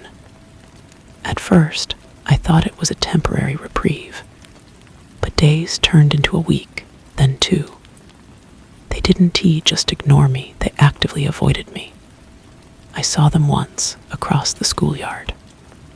Roy's eyes met mine, and for a fraction of a second I saw not malice, but a pure animal fear. He looked away quickly, his face pale. A few days later, a rumor swept through the school. Boyd had fallen down a flight of stairs at home, breaking his arm and suffering a concussion. He was vague about how it happened, mumbling about a shadow that moved wrong. Then Liam's family announced they were moving away, suddenly, giving no reason. The town, which had always felt so solid and mundane, began to seem thin, like a painted backdrop with something terrible moving behind it. I asked Christy about it during one of our afternoons in the garden. The air had grown colder, and the shadows lengthened earlier, stretching across the lawn like grasping fingers. "They ray not bothering you any more," she said simply, swinging her legs back and forth on the mossy bench. She was staring at the back of the house, at one particular window on the second floor that was always shrouded by a heavy black drape. "I know, but how?" I pressed. She turned her winter gray eyes on me. "The house doesn't like them. It protects what's inside." A cold knot tightened in my stomach. "Protects you." She nodded slowly. "It's always been here, Kendrick. Longer than the town, longer than the trees. It's rooted, and roots need to be fed."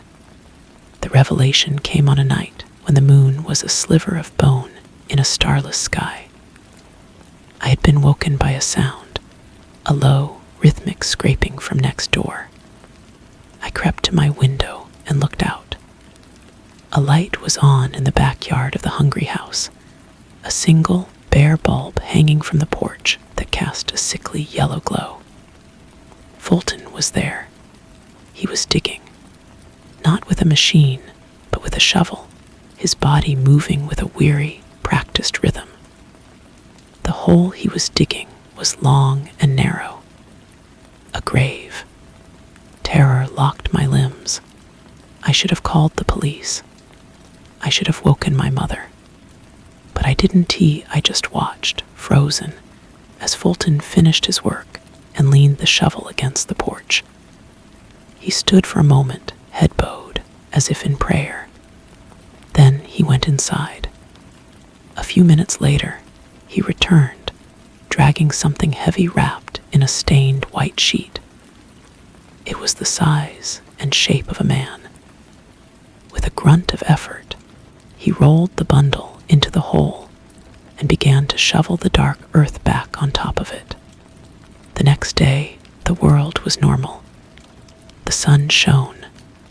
Birds sang. But the knowledge of what I had seen was a cancer in my brain. I went to school in a daze.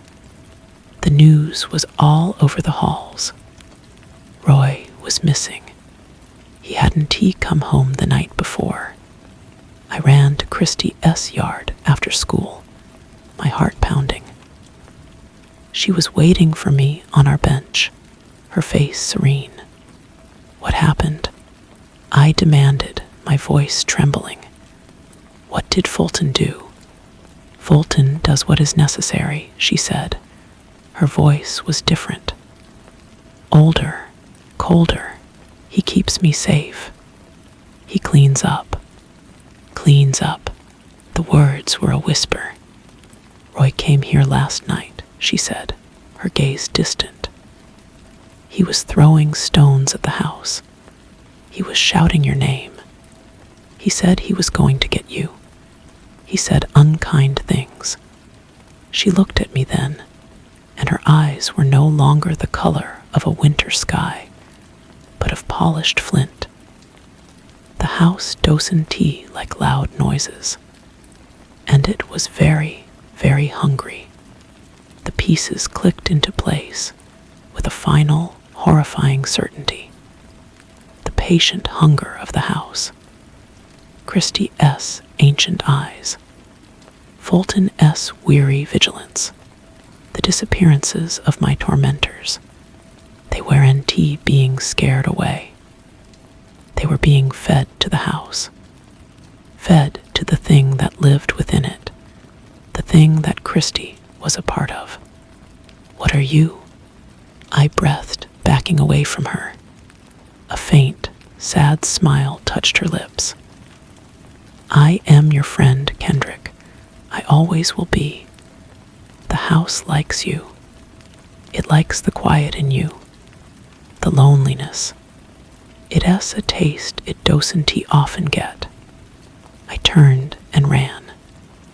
I ran through the gap in the fence, into my own house, and up to my room, where I slammed the door and shoved my dresser against it.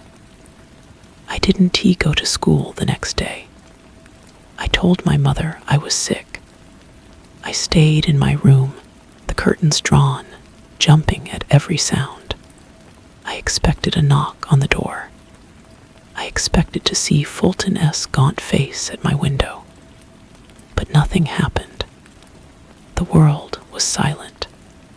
A week passed. The police found Roy S. bicycle abandoned by the river. The official story became that he had drowned, his body swept away by the current. The town mourned in its way and then moved on. I did not move on. I was trapped in a nightmare of knowing. I would catch glimpses of Christy in her yard, standing motionless, looking toward my window. She never tried to approach. She just waited. The climax was not a confrontation. It was an acceptance. The silence and the solitude became unbearable. The fear curdled into a strange, homesick longing. I missed my friend. I missed the quiet understanding we had shared. One evening, as the sun bled out behind the hills, I pushed the dresser away from my door and walked out into my backyard. I stood by the fence, looking at the hungry house. It looked back, its windows dark and knowing. The gate creaked open. Fulton stood there. He looked older, more drained than ever. He didn't speak. He simply looked at me, and in his eyes, I saw an ocean of tired resignation. Then he stepped aside. I walked through the gate into Christy S. yard for the last time. She was on the bench. The air was so still. She patted the space beside her. I sat down. We didn't speak for a long time. The scent of damp earth and old roses was thick in the air. "It's all right," she said softly. "You don't have to be afraid anymore. You belong here." And in that moment, I knew she was right. The world of school, of bullies, of my tired mother, of a life where I was invisible and weak, that was the real horror. This, the quiet, the understanding, the terrible, ancient protection, was a kind of peace. A dark, bloody peace, but peace nonetheless. I never went home. My mother reported me missing. The search lasted for weeks. They never found a trace. I became another town mystery, another boy lost to the river, or so they thought. Now I live in the house. I help Fulton. I understand the hunger now, not as a monster, but as a fact of existence, as fundamental as gravity. It is a deep, slow pulse in the foundations, a rhythm we serve. Fulton is growing old. His hands shake. Soon, it will be my duty to take care of Christy, to maintain the quiet, to do the digging when the hunger stirs and the house demands its due. The townsfolk still don TC. They are blind to the ancient thing rooted among them. But sometimes, a child will pause and look at the house, a flicker of recognition in their eyes. And sometimes, on the quietest of nights, when the wind is just right, you can hear it if you listen closely. Not a sound, but a sensation, a low, resonant hum just at the edge of hearing. The sound of something old and patient, and forever hungry, sleeping beneath the earth, dreaming of the sun and the rain and the quiet, lonely boys who find their way home. This morning I was in the garden. The rose bushes, which Fulton could never make bloom, are now heavy with flowers of the deepest, darkest red. Their petals are like velvet, and their scent is thick and sweet, almost like copper. Christy was sitting on our bench, her small hand resting on the mossy stone. She wasn't looking at me, or at the house, but at the sky, where a single, impossibly white cloud drifted, solitary and serene. I looked down at my own hands, at the dark, rich soil clinging to my fingers, and I knew, with a certainty that was both terrifying and comforting, that I would never leave this place. The roots had taken hold, and I was no longer hungry. The silence was broken by the groan of the back door. Fulton emerged, his silhouette frail against the dark interior. He carried a wooden bucket and a trowel.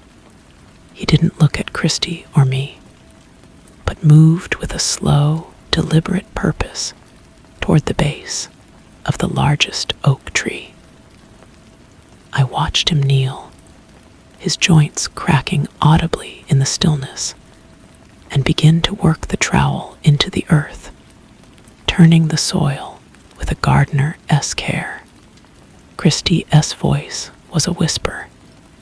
He preparing the ground for the new roots. I didn't ask what roots. I knew. The understanding was a physical weight in my bones, a knowledge carried in the very soil under my nails. I stood and walked over to him. The earth where he worked was dark and loose, smelling of dampness and something else, a faint, coppery tang that I now associated with the blooming roses. He paused, his breathing shallow, and looked up at me. His eyes were milky with age, but in their depths was a glimmer of something that might have been relief. "It's time you learned," he rasped, his voice like dry leaves skittering across stone. He held out the trowel. I took it. The wooden handle was smooth from years of use, warm from his grip. My hand did not tremble. I knelt beside him and pushed the trowel into the earth. The resistance was minimal, the soil yielding easily. As I turned it over, my blade struck something pale and smooth. It was not a rock. It was a fragment of bone, weathered and clean. I glanced at Fulton, but his expression was unchanged. He simply nodded for me to continue. This was the truth of the garden. This was the source of its vibrant, terrible life. Every beautiful thing here was nurtured by a secret buried just beneath the surface. I worked quietly, methodically, as Fulton had done for decades. Christy began to hum a tuneless, ancient melody from her bench, a sound that seemed to soothe the very air. This was my life now. This was my purpose. The hunger was a part of me, and I was a part of it. And in that symmetry, I had finally found a name for what I felt. It was not happiness. It was not peace. It was belonging. And for a boy who had always been invisible, it was enough. The bone fragment came free in my hand. It was small, perhaps from a finger, and unnaturally cold. I held it for a moment, feeling its smooth, porous texture, before placing it carefully to the side. Fulton watched, his labored breathing the only sign of his exertion. He pointed a trembling finger to a spot a few inches to the left. "Deeper there," he instructed. "The roots need room to spread. They don't like to be cramped." I obeyed, digging with a rhythm that was already becoming familiar. The work was not strenuous. It felt more like an unveiling, a careful excavation of something that had always been waiting there. With each trowel of earth, I uncovered more fragments, a mosaic of a past life nestled in the dark soil. A piece of a jawbone, a few teeth, a section of rib. They were not frightening. They felt like artifacts, sacred objects in the garden's quiet ecology. Fulton shifted, groaning softly as he got to his feet. "I'll get the sapling," he said, and shuffled back toward the porch where a young tree, its roots wrapped in burlap, stood waiting. I continued to prepare the earth, my mind curiously empty of the horror that should have filled it. Instead, I thought of the roses, their impossible crimson blooms. I thought of the profound silence that enveloped the property, a silence that felt less like an absence and more like a presence. This was the transaction. This was the balance. The house gave shelter, a profound sense of belonging. In return, it asked for sustenance. It was a simpler, more honest equation than any I had known in the world outside the fence. Fulton returned with the sapling, a slender thing with bark the color of silver. Together, we settled it into the hole I had prepared. My hands, now permanently stained with earth, brushed against his, and I felt the papery thinness of his skin, the slow, tired pulse beneath it. He would not be doing this much longer. The knowledge passed between us without a word. We filled the hole, patting the soil down firmly around the base of the young tree. When we were finished, Fulton brought a watering can and sprinkled the earth. The water darkened the soil to near black, and for a moment, I fancied I could see the ground drinking it in. A subtle, grateful shift. "It will be strong," Fulton said, more to himself than to me. He looked toward the house, where Christy still sat, her humming the only thread of sound in the twilight. "She needs strong things around her." I followed his gaze. Christy had turned and was watching us, her gray eyes luminous in the fading light. She smiled, a small, private smile meant only for me. In it, I saw the girl I had met in the garden, the lonely, kindred spirit. But I also saw the ancient thing she was bound to, the patient hunger that she both served and symbolized. There was no separating them. To love one was to accept the other. Fulton placed a hand on my shoulder. The weight was slight, but the intent was heavy. "It's done," he said. "You know what to do now." I did know. The knowledge was in the soil on my hands, in the rhythm of the house's silent pulse, in the look in Christy's eyes. I was the caretaker now. The invisible boy had finally been seen, not by the world he had left behind, but by something far older, something that saw the value in silence and the strength in solitude. The hunger was no longer a terror to be fled. It was a responsibility to be tended, and as the stars began to prick the deep violet of the sky, I felt not fear, but a quiet and terrible pride. I was home. The days began to fold into one another, each one a variation on the same quiet theme. My old life felt like a story I had read about someone else, the details fading and becoming less real than the solid weight of the trowel in my hand, or the scent of the earth after rain. Fulton taught me the other rhythms of the house, how to listen for the subtle shifts in the silence that indicated a need, how to discern which of the garden's plants were merely decorative and which served a deeper, more vital purpose. The roses, he explained in his rasping way, were the house's favorites. They bloomed brightest after a feeding. Christy was my constant companion. We spoke less now, but the silence between us was a comfortable one, filled with understanding that went beyond words. She would sit for hours, reading from old, leather-bound books that had no titles, or simply watching the wind stir the leaves of the oaks.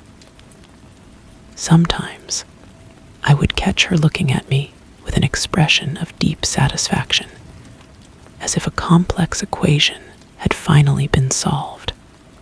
The change in Fulton was gradual but undeniable.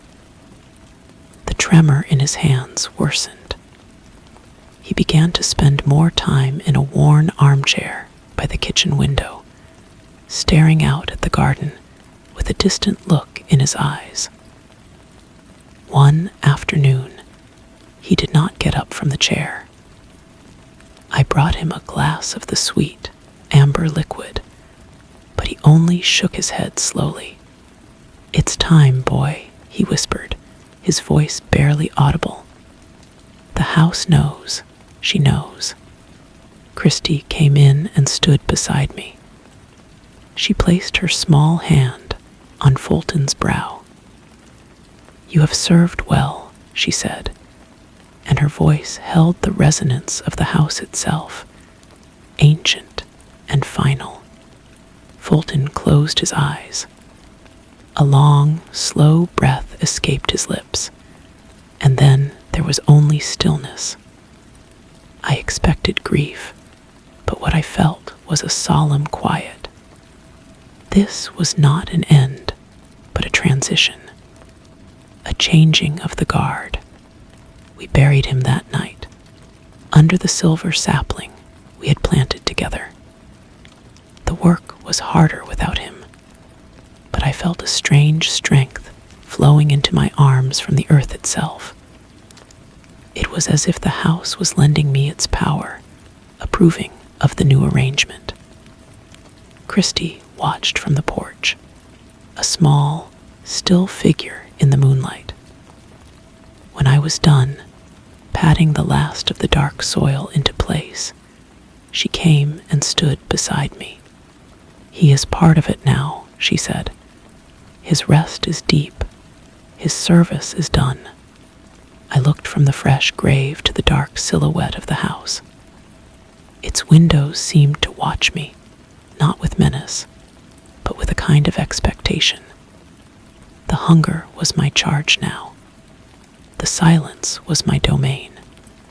I felt the roots of the house, deep and vast, spreading beneath my feet, and I knew my own roots were now tangled with theirs, anchoring me to this spot forever. The boy who was afraid was gone. In his place was the caretaker. The world beyond the fence was noise and chaos, but here there was only the quiet, the garden Christy, and the deep, patient hunger that I was now sworn to feed. The first time the need arose after Fulton was gone, I felt it not as a sound, but as a pressure drop in the air, a subtle tightening in the foundation of the house. It was a dull ache that started in my teeth and traveled down to the soles of my feet. Christy was sitting by the fireplace, her knitting needles clicking softly. She paused and looked up at me, her eyes reflecting the low flame. "It's time," she said, her voice calm. I nodded. I already knew. I had been feeling it build for days, a restless energy that made the floorboards creak at night. I went to the shed and took the shovel from its hook.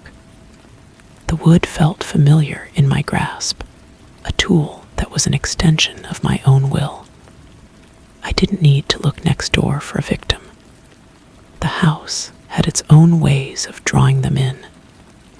It was a talent for attracting the lost, the cruel, the ones who would not be missed. This time, it was a man, a stranger with angry eyes, who had been asking questions around town about his brother, who had vanished years ago after being seen arguing with old man Fulton. He had pushed his way through the overgrown gate just as dusk fell, shouting accusations into the twilight. He was quiet now. The digging was harder alone, but the earth was soft and receptive. The rhythm of the shovel biting into the soil, the lift and throw, was a meditation. I felt the house watching me from its dark windows, a silent, approving presence. When the grave was deep enough, I rolled the sheet-trapped bundle into it. There was no fear, no revulsion. There was only the satisfaction of a task done well, a need fulfilled. As I covered it, I felt the pressure in the air release. A profound silence descended. A silence so deep it felt like a blessing. The next morning, the roses were spectacular. Their crimson petals were almost black in the center, glistening with dew. Christy walked among them, touching each bloom with a gentle finger. She smiled at me, a real, warm smile that reached her eyes. "You are a good caretaker, Kendrick," she said. I believed her. The hollow feeling that had haunted me all my life was gone. It had been filled not with light, but with a deep, dark richness, like the soil of the garden. I was needed. I was necessary. The hunger was a part of me, and I was a part of it. And in that terrible, perfect symmetry, I had found my place. The invisible boy was gone. I was the house now, and I was never, ever lonely again. The seasons turned. The silver sapling grew, its branches stretching toward the sky with a vigor that seemed to feed on the quiet darkness below. I tended the garden, I listened to the house, and I cared for Christy. Her hair began to show traces of silver, mirroring the bark of the tree, but her eyes remained the same, ancient and knowing. We were a family, the three of us, the house, the girl, and the caretaker. One afternoon, a real estate agent came to the door. She was a young woman with a bright, professional smile that didn't reach her eyes. She said there had been inquiries about the property, that people were curious about the reclusive owners of the so-called haunted house. Christy let me handle it. I stood in the doorway, blocking the view inside, my frame now broader from years of work. I simply looked at the woman, and I did not speak. The smile faded from her face. She mumbled an apology and retreated quickly down the path, never looking back.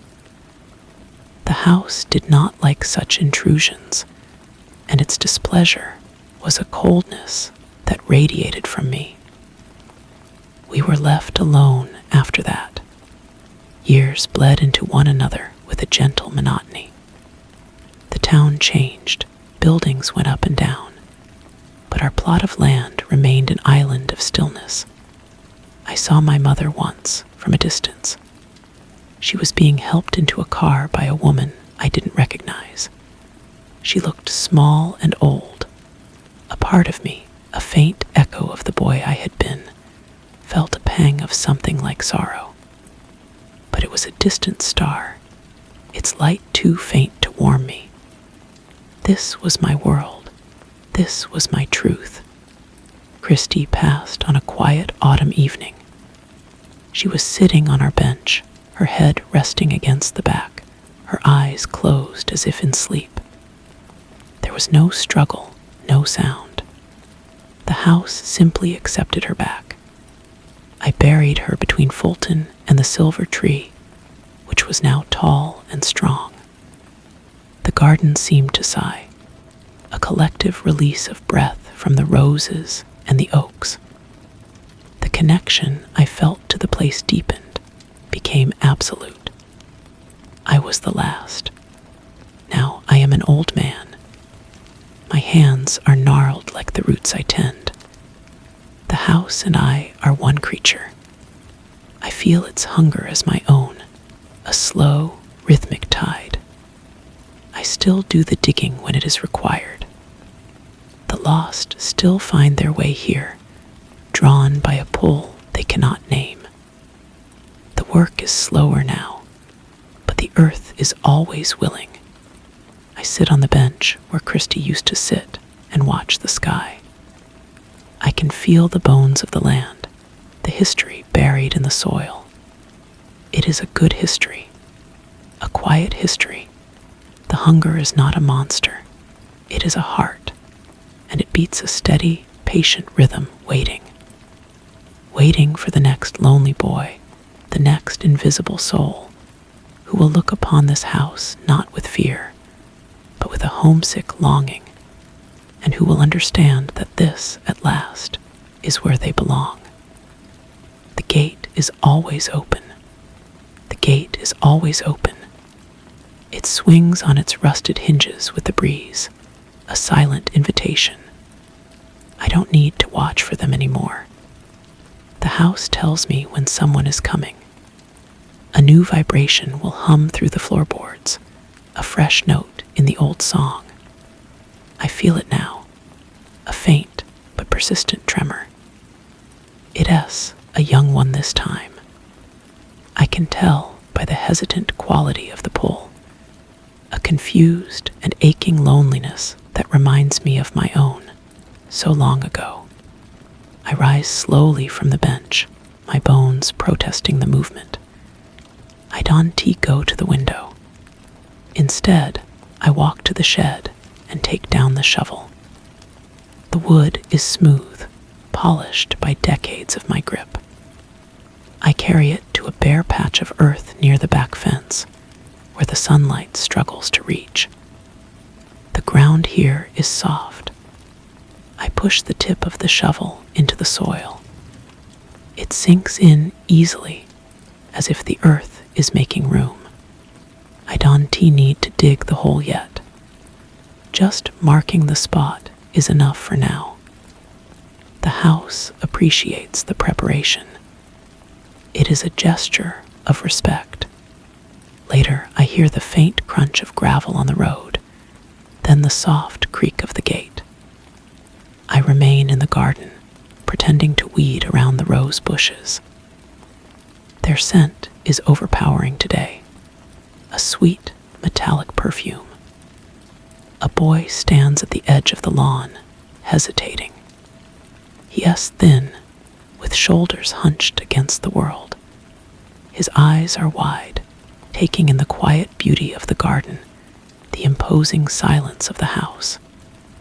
He sees me and flinches, ready to run. I don't look directly at him. I just keep working the soil with my fingers, After a long moment, he takes a tentative step forward. Is it empty?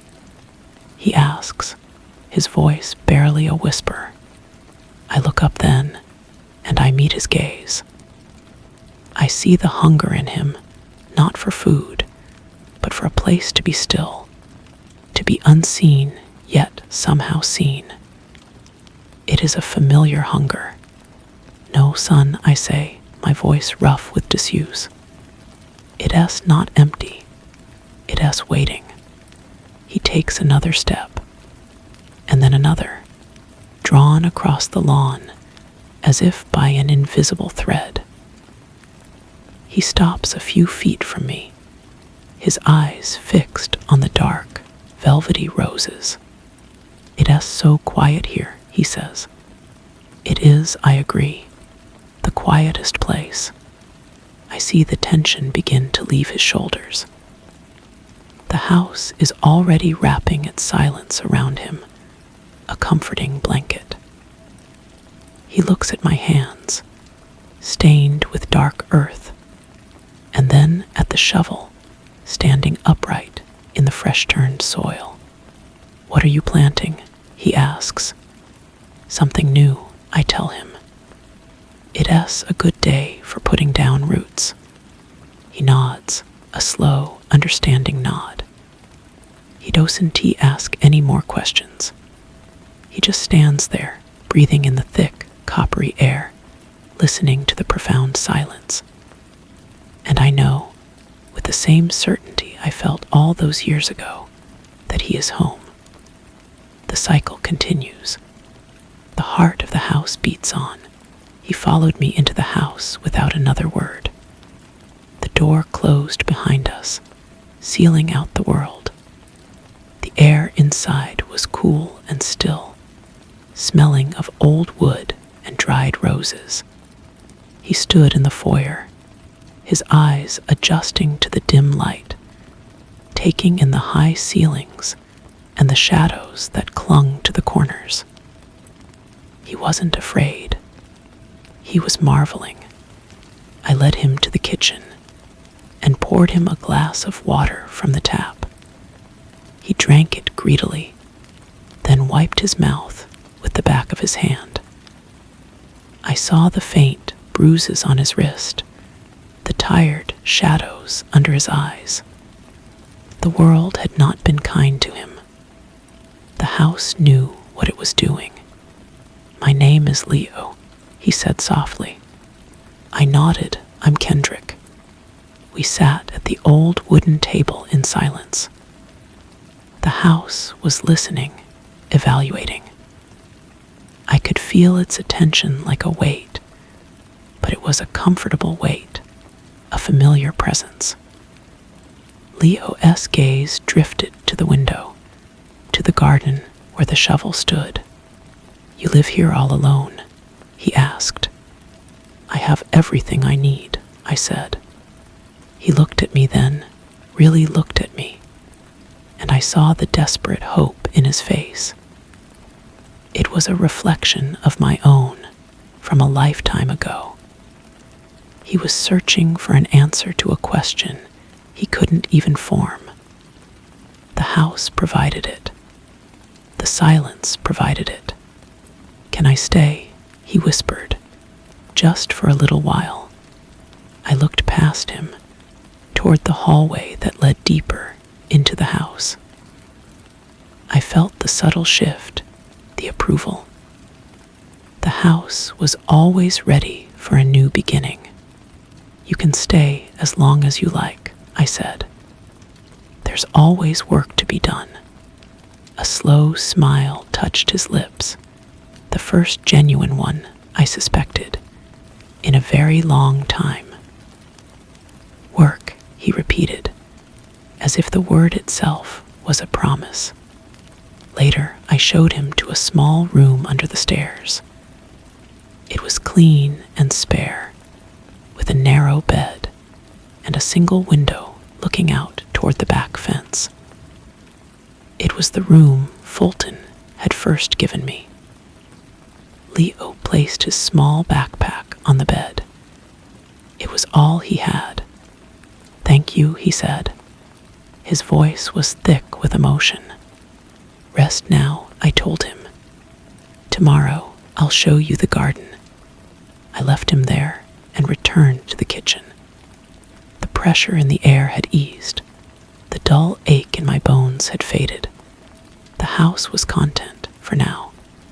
It had been fed, not with the usual offering, but with something just as nourishing. It had been fed with hope. I looked out the window at the moon rising over the oak trees. The shovel was a dark silhouette against the earth. There was no hurry. The digging could wait. For the first time in many years, the house and I were not alone. And the silence felt different. It felt young. The next morning, I found Leo already in the garden. He was standing by the rose bushes, his fingers gently tracing the edge of a blood-red petal. He looked up as I approached, his eyes clear and calm. The haunted look was gone, replaced by a quiet curiosity. "They're so dark," he said. "I've never seen roses like this." "They're special," I replied. "They need special care." He nodded, accepting this without question. I showed him how to check the soil for moisture, how to prune the dead blooms to encourage new growth. His hands were clumsy at first, but he was a quick learner. He listened intently to every word, as if I were revealing ancient secrets. In a way, I was. The days settled into a new pattern. Leo learned the rhythms of the house as I had once learned them from Fulton.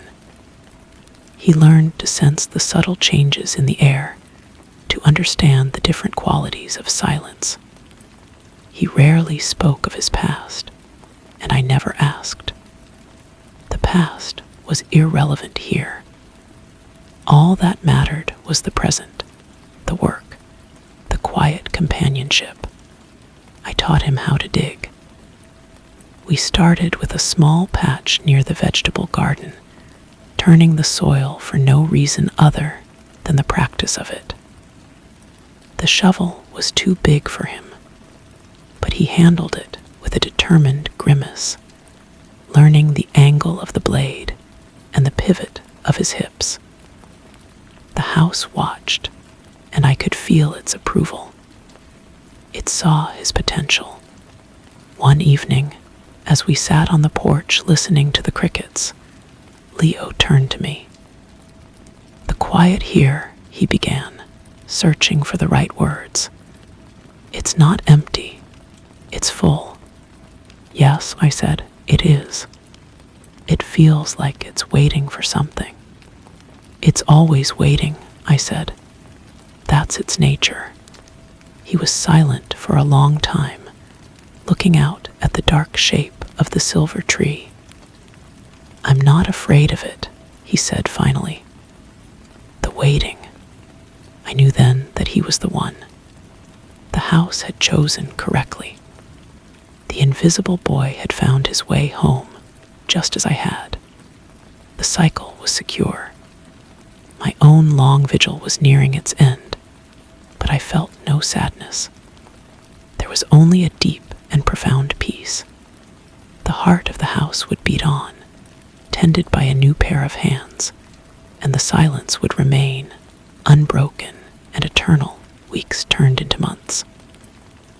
Leo's thin frame filled out with the steady work, and the hearty, simple food I prepared.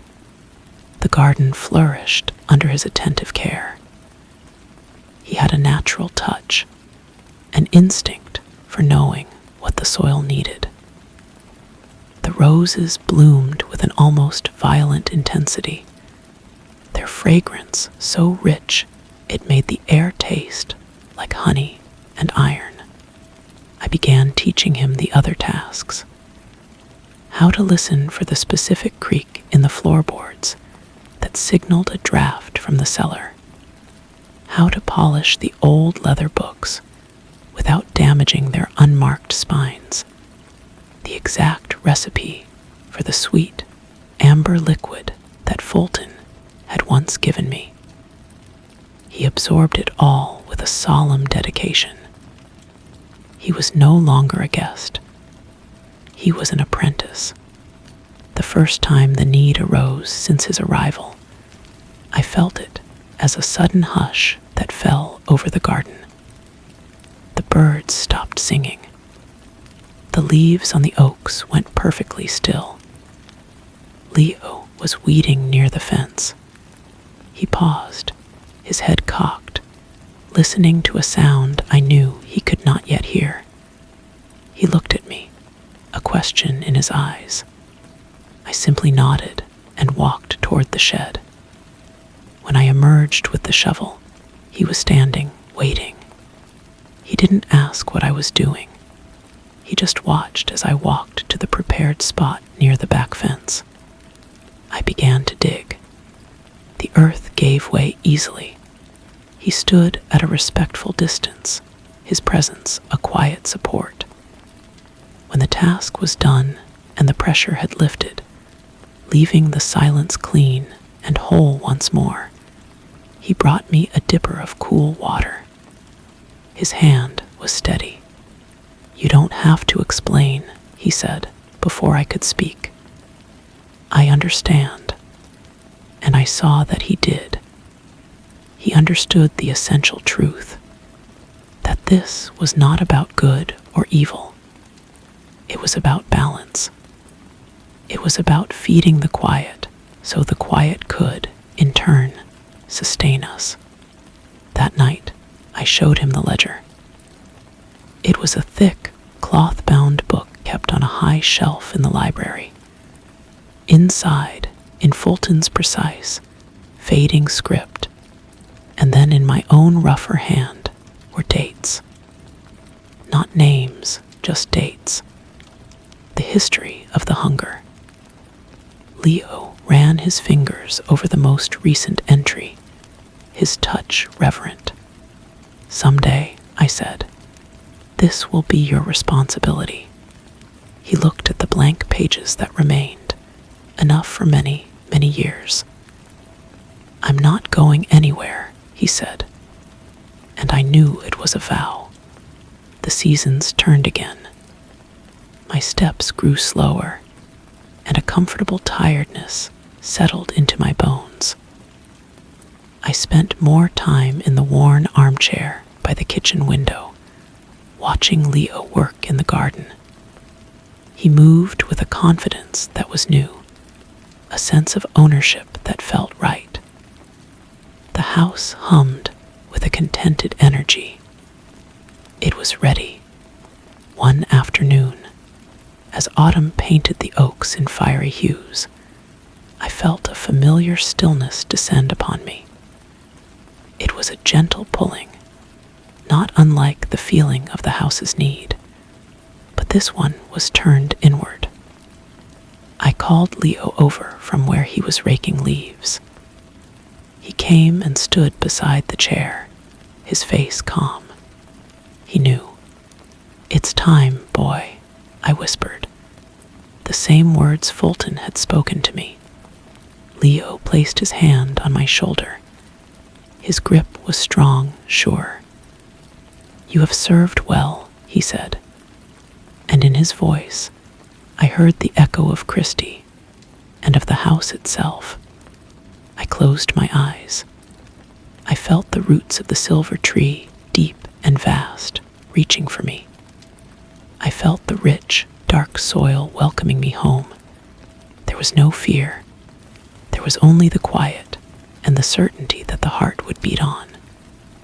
The last thing I knew was the profound, enduring silence, and it was perfect. The silence was different after that. It was no longer my silence, but his. I was a part of it now, a thread woven into the fabric of the house, a memory held in the soil. I could feel Leo moving through the rooms, a steady, calming presence. He He did not rush. He tended the roses. He sat on the bench and watched the sky. Months later, I felt the familiar tremor, the house's quiet hunger. I felt Leo's recognition of it, a slight stiffening of his shoulders as he stood in the garden. He did not hesitate. He walked to the shed, his movements fluid and purposeful, and took down the shovel. He carried it to the spot I had shown him, the earth still soft from my last turning. He began to dig. The rhythm of his work was sure and respectful, a new melody in the old song. When it was done, he stood for a long moment at the edge of the grave, head bowed. Then he went inside and opened the ledger. I watched as his hand, now steady and stained with earth, made a new mark on a fresh page. The date joined the long column of others. The record was complete. The cycle was secure. Time lost all meaning. I was the whisper in the oak leaves, the coolness of the shade, the scent of the roses after a rain. I was the peace that settled over the land at dusk. I watched as Leo grew from a boy into a man, his own hair eventually showing traces of silver at the temples. He was never lonely. The house provided, and in turn, he cared for it. One day, many years later, I felt a new vibration, faint and searching. A young man stood at the gate, his eyes hollow with a familiar ache. He pushed it open, the hinges groaning their same low welcome. Leo was waiting for him, standing on the porch with a quiet understanding. He looked not at the young man, but past him, and for a moment, I felt his gaze touch the very air I inhabited. A final, silent thank you passed between us. Then he turned to the newcomer, his voice calm and certain. "It's not empty," he said. "It's waiting." And I knew my work was truly done. The heart beat on. The gate was still open. The young man took a hesitant step forward, his eyes darting from Leo's calm face to the dark, inviting mouth of the house. He was tall and angular, all sharp elbows and nervous energy. Leo remained still, a patient statue on the porch, allowing the silence to do its work. It wrapped around the boy, a tangible thing, soothing the ragged edges of his spirit. "I can help," the young man said, his voice cracking. "I can work." Leo nodded slowly. "I know you can. There's always work here." He led the boy inside, and the door closed, sealing them within the familiar stillness. I felt the house shift its attention, its ancient consciousness embracing this new life. Leo would teach him as I had taught Leo, and as Fulton had taught me. The boy would learn the weight of the shovel, the language of the soil, the rhythm of the quiet. Seasons turned. I watched as the new boy, whose name was Elias, learned the ways of the house. His nervousness melted away, replaced by a deep, abiding calm. He and Leo worked side by side in the garden, their movements synchronized. The roses thrived. The oaks stood as silent sentinels. The ledger received its occasional, necessary entries. Leo grew old, as I had. I saw the stiffness in his joints, the way he would sometimes pause and lean on his shovel, looking out toward the silver tree with a knowing expression. He had served long and well. The time was approaching. One evening, as the sun set in a blaze of orange and purple, Leo sat on the bench between Fulton and Christie. Elias sat beside him, not speaking, simply sharing the silence. Leo placed a hand on the young man's shoulder, a gesture of blessing and transfer. Then he leaned his head back and closed his eyes. The house drew a slow, final breath around him and then released it. Leo's work was done. Elias did not weep. He sat for a long time as the stars emerged. Then he stood, his figure tall and resolute in the twilight. He lifted Leo's body with a tender strength and carried him to the place we had all known was waiting, near the silver tree. He dug the grave himself, his strokes strong and sure.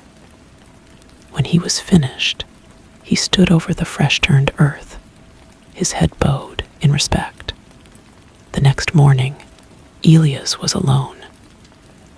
He walked through the quiet house, his hand brushing against the walls, familiarizing himself with a deeper layer of its silence. He went to the ledger and turned to a new page.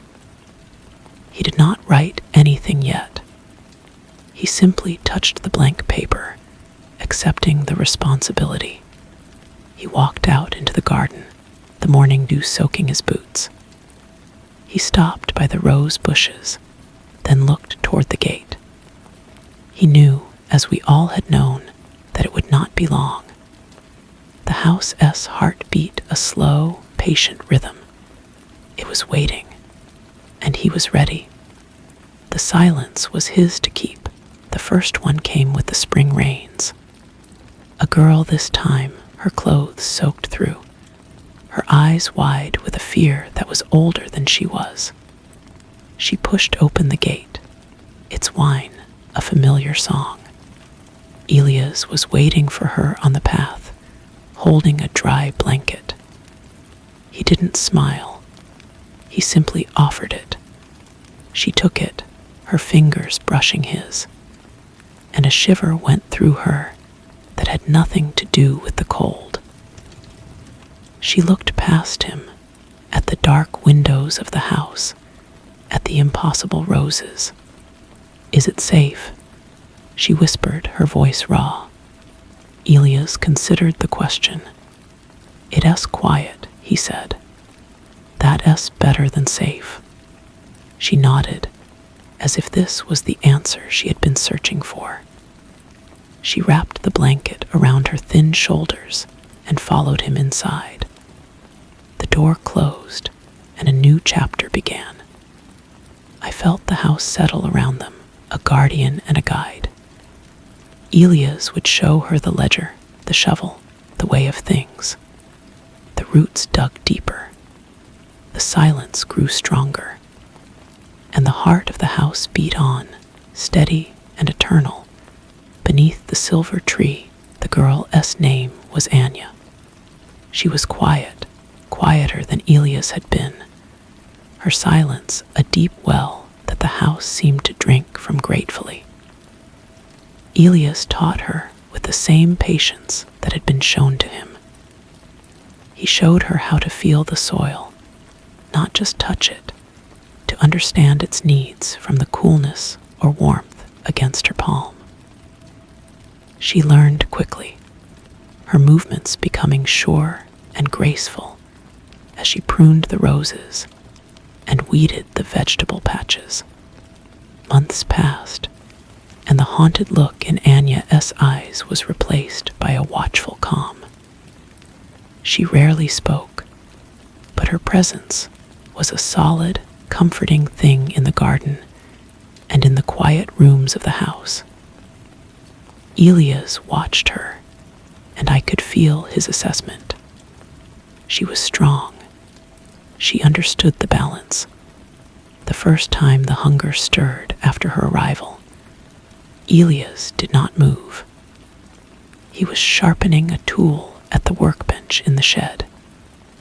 He felt the stillness fall, the sudden absence of sound, but he continued his task. The scrape of the file against the metal, the only noise in the world. He was waiting. A moment later, Anya appeared in the doorway. She didn't look at him. Her gaze was fixed on the spot near the back fence, the place where the earth was always soft. She walked to the corner where the shovel stood, her hand closing around the worn wood of the handle. She lifted it without a word and carried it outside. Elias put down his file and followed, standing at a distance as I had once done for him. He watched as she dug. Her form was perfect, her rhythm steady.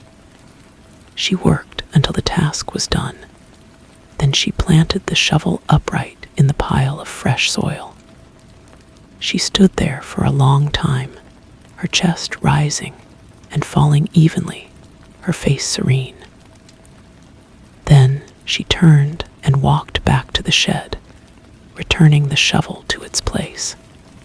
Elias met her eyes and gave a single, slow nod. No words were needed. The house was satisfied. That evening, he showed her the ledger. He opened it to the blank page and handed her the pen. Her hand was steady as she inscribed the date. The ink was dark and permanent. The record continued. The silence was in good hands. The gate remained open, waiting for the next lost soul to find their way home. The years folded into one another, a gentle, seamless procession. Anya grew into her role as the keeper of the house, her quiet nature a perfect match for its deep silences. Elias aged with a grace I recognized, his hair thinning to a fine white halo. He spent more time on the porch, watching Anya work, a faint smile touching his lips. He was not waiting for an end, but simply existing within the endless present he had helped to preserve. The day he felt the inward pull, he was sitting on the bench between Leo and me. Anya was cutting roses, her basket nearly full. He called her name, his voice soft but clear. She turned, and understanding passed between them in an instant. She came and sat beside him, placing her hand over his. They watched the sunset together, and when the last sliver of sun vanished behind the oaks, Elias leaned his head against her shoulder. The house held its breath and then sighed. His peace was complete. Anya buried him near the silver tree, beside Leo and Fulton and Christy and me. The circle was unbroken. She stood alone in the twilight, but I could feel no loneliness in her. She was a part of the house now, and it was a part of her. She was the silence. She lived for many years, a solitary figure tending the garden and the quiet. Then, one crisp autumn morning, a young man with a haunted look in his eyes pushed open the gate. He held a small, frayed bag and an expression of desperate hope. Anya was waiting for him on the path, just as we had all waited for those who came before. "You can stay," she said, her voice the rustle of dry leaves. "There is always work to be done." He nodded, a single tear tracing a path through the grime on his cheek. He followed her inside, and the door closed. The heart of the house beat on, a steady, patient rhythm beneath the turning seasons, beneath the sun and the moon, forever waiting, forever full. The young man's name was Samuel. He was clumsy with the shovel at first, his hands soft and unaccustomed to the bite of the wood. Anya watched him with an infinite patience, correcting his grip with a gentle touch, showing him the way to pivot his weight. He was eager to please, to earn his place within the walls that had offered him shelter. The house watched him too, and I could feel its quiet assessment, a slow, deliberate tasting of his soul. He learned the sounds of the house, the way a certain floorboard in the upstairs hall creaked only when a storm was coming from the west. He learned to distinguish the scent of the roses from the deeper, earthier scent that rose from the spot near the fence after a heavy rain. Anya taught him the recipe for the amber liquid, and he stirred the pot over the fire with a solemn focus, as if performing a sacred rite. One afternoon, as Samuel was repairing a section of the garden fence, a profound hush fell over the property. The bees stopped their buzzing. The wind died. Samuel froze, his hammer poised in midair. He looked at Anya, who was kneeling among the vegetables. She did not look up, but she gave a slight, almost imperceptible nod. Samuel's eyes widened for a second, then narrowed in understanding. He put down his hammer and walked, not to the shed, but directly to the soft earth. He picked up the shovel that was always leaning against the old oak nearby. Without hesitation, he began to dig. His movements were slower than Anya's, more deliberate, but they were correct. He understood the necessity. When he was finished, he wiped his brow with his sleeve and looked toward the porch where Anya now stood.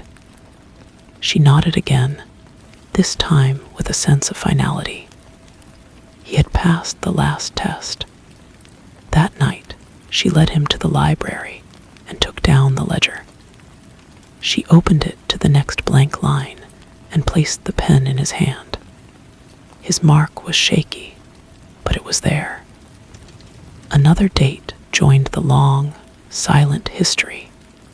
Time, which meant nothing to me, continued its forward march for them.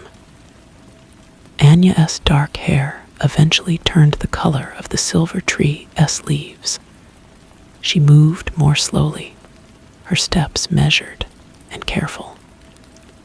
Samuel, now a man grown solid and quiet, was always nearby, a steady presence ready to support her. The day she left, she was sitting on the bench with us. Samuel brought her a cup of tea, and she took it, her hand covering his for a long moment. She did not say goodbye.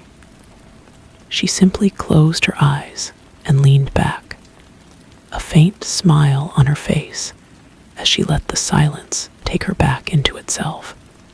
Samuel buried her with the others. He stood alone by the fresh mound of earth as the stars came out, and for the first time, I felt a flicker of something from him, not loneliness, but a profound sense of connection. He was the last one, but he was not alone. He was surrounded by all of us. He returned to the house and sat at the large kitchen table.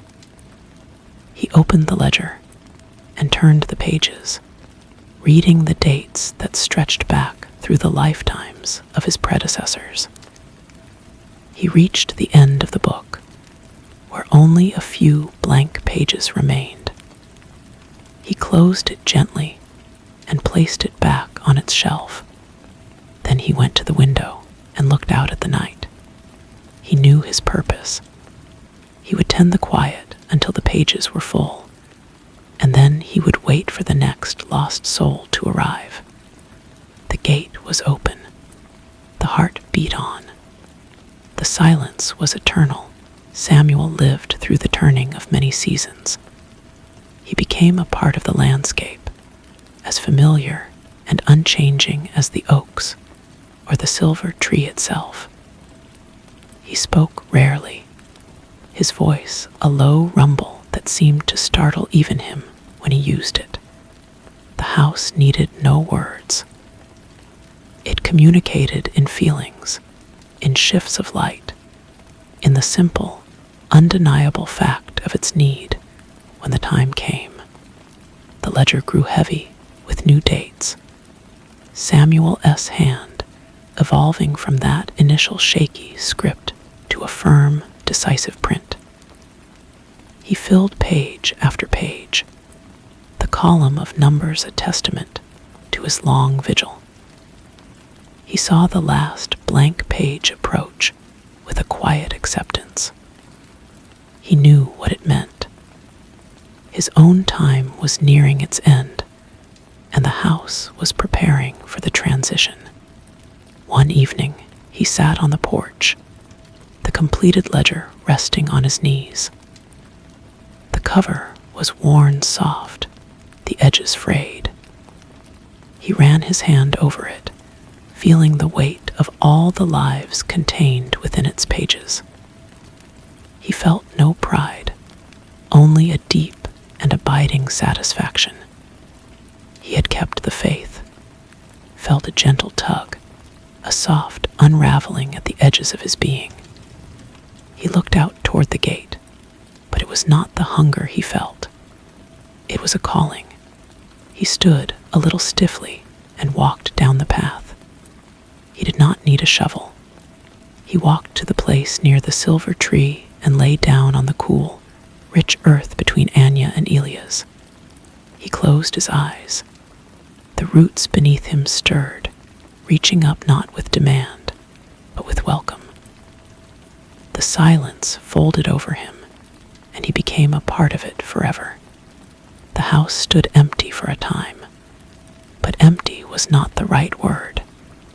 It was full of memory, full of peace. The roses bloomed with a fierce, untamed beauty. The wind sang through the oaks. The gate, its hinges silent now, swung open in a breeze. Weeks, or perhaps months later, a woman found her way to the fence. She was no longer young, her face lined with a grief that had dogged her for decades. She saw the open gate and the path beyond, leading to a house that seemed to be waiting. She saw the impossible roses. Hesitantly, she stepped through. She walked up the path, her feet crunching softly on the gravel. The front door was ajar. She pushed it open and stepped into the cool, still air of the front hall. The silence wrapped around her like a balm. On a small table by the door, as if left there for her, lay a ledger. It was open to the first blank page of a new book. A pen rested beside it. She picked up the pen. Her hand, which had trembled for so long, was perfectly steady. She looked around the quiet hall, at the dust motes dancing in a beam of sunlight, and she knew she was home. She inscribed the date, her mark clean and sure. From the garden, a breeze carried the scent of roses and rich, dark soil. The heart beat on. The woman's name was Clara. She explored the quiet house, her footsteps echoing in rooms that seemed to recognize her.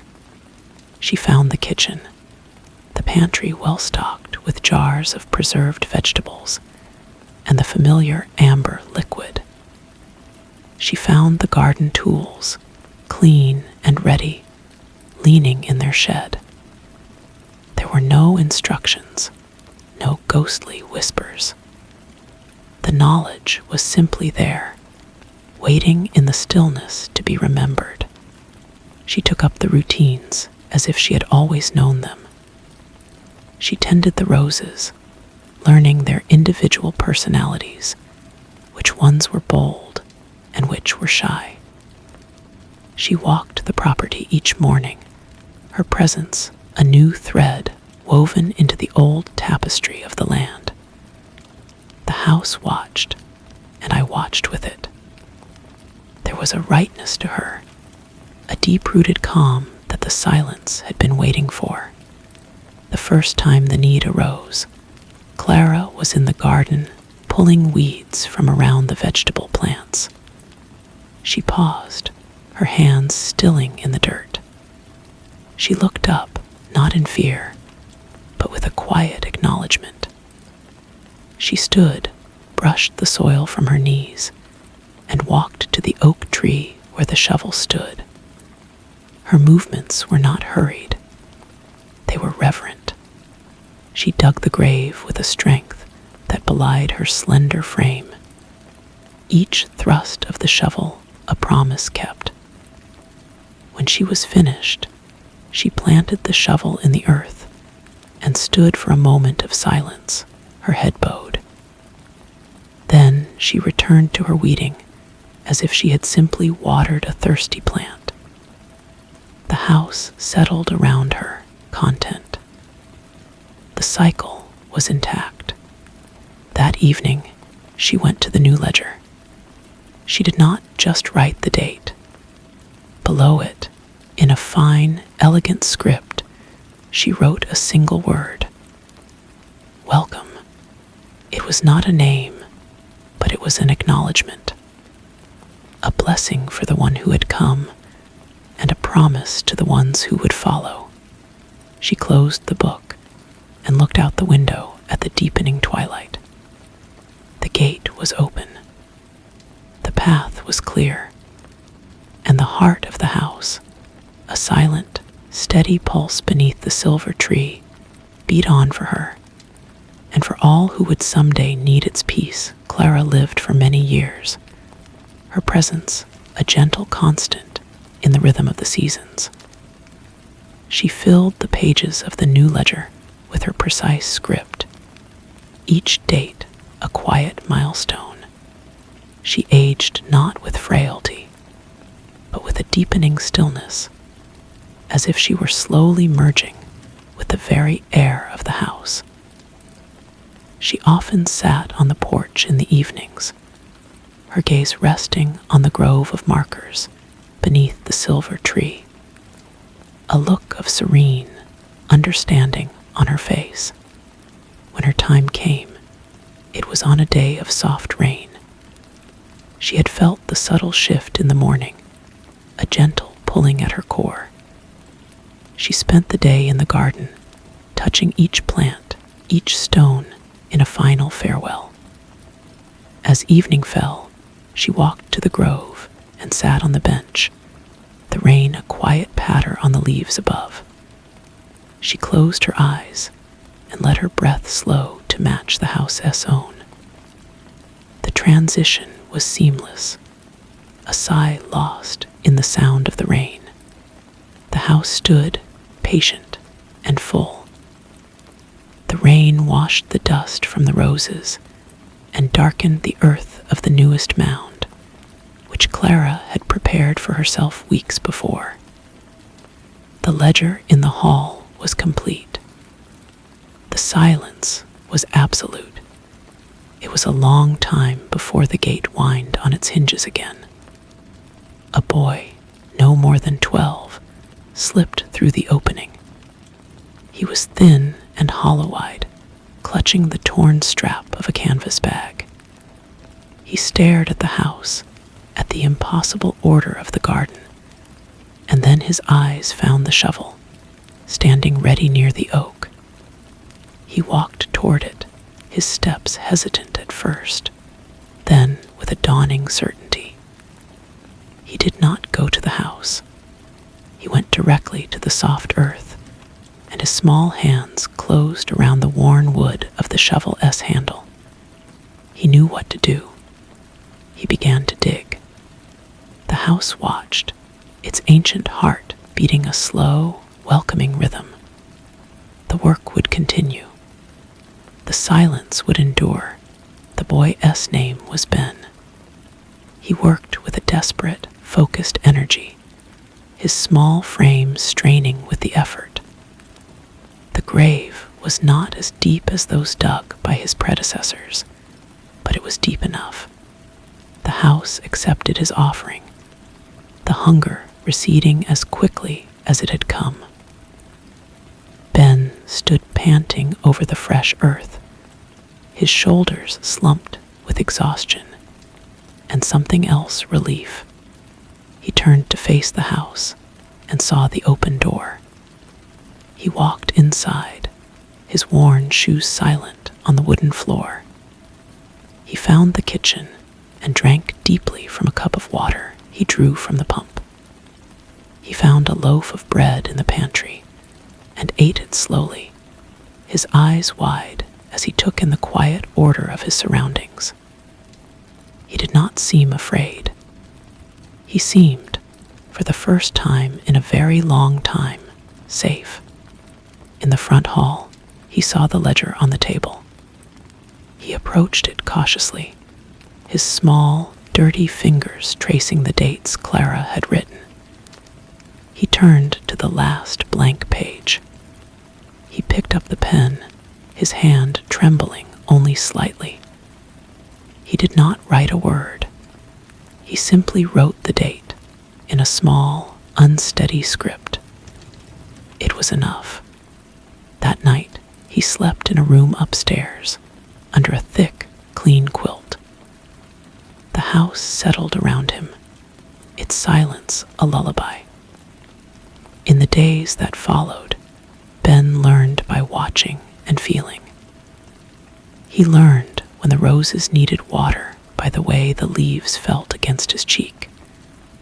He learned to listen for the specific creak of the floorboard that meant a change in the weather. The house taught him, as it had taught all of us. He grew into a quiet, watchful man. The hollows in his cheeks filled out, and the fear in his eyes was replaced by a calm vigilance. He tended the garden and kept the silence. He filled the pages of the ledger, one after another. Years turned, and his hair began to show traces of gray at the temples.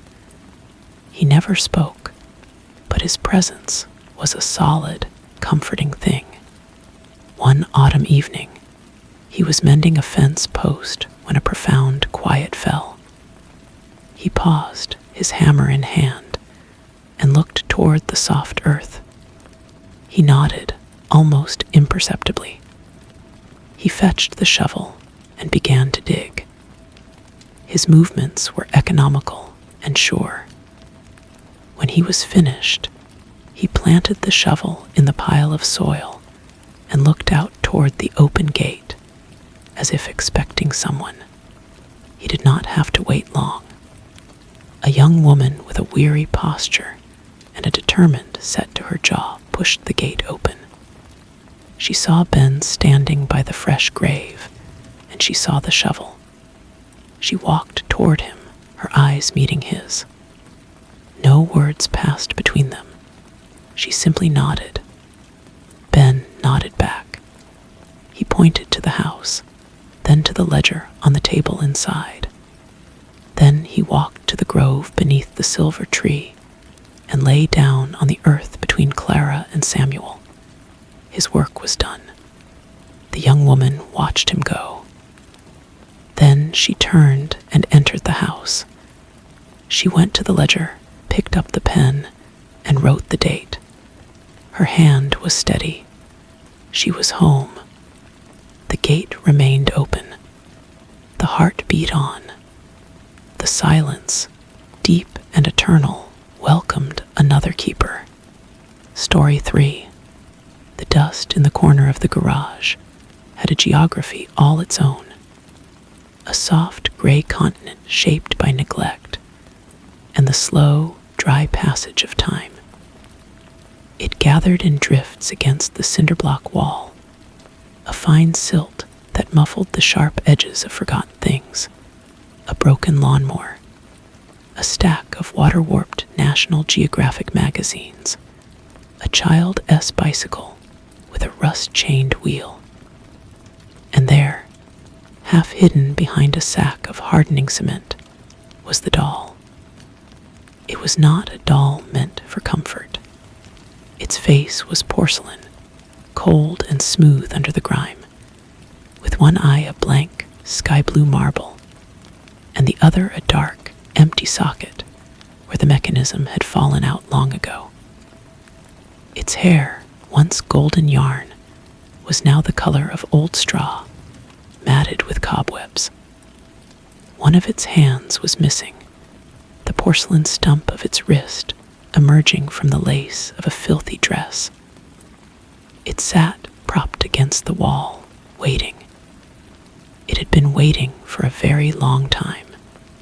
Hamilton, now a man with a mortgage and a receding hairline, saw it as he was searching for a specific socket wrench. The sight of it stopped him, a cold finger tracing a line down his spine. The garage was his father's garage, the house his childhood home, now emptied for the final time. He had not thought of that doll in 30 years, but seeing it, the precise angle of its head, the way the single eye caught the weak light from the bare bulb overhead, was like a key turning in a lock deep within him. The memories did not flood back. They seeped, a slow, cold leak from a forgotten reservoir of dread. He was 10 again, on a summer afternoon that smelled of cut grass and hot asphalt. The neighborhood on Hemlock Street was a perfect postcard of 1970s suburban tranquility. Houses painted cheerful, forgettable colors stood behind manicured lawns. Fathers washed cars on weekends. Mothers called children in for dinner as the fireflies began their evening dance. It was a world that believed in its own goodness. A world that knew, with absolute certainty, that monsters did not live in split-level homes with aluminum siding. Hamilton lived at number 214. Clarissa lived, if one could call it living, at number 220 with her aunt, Grace.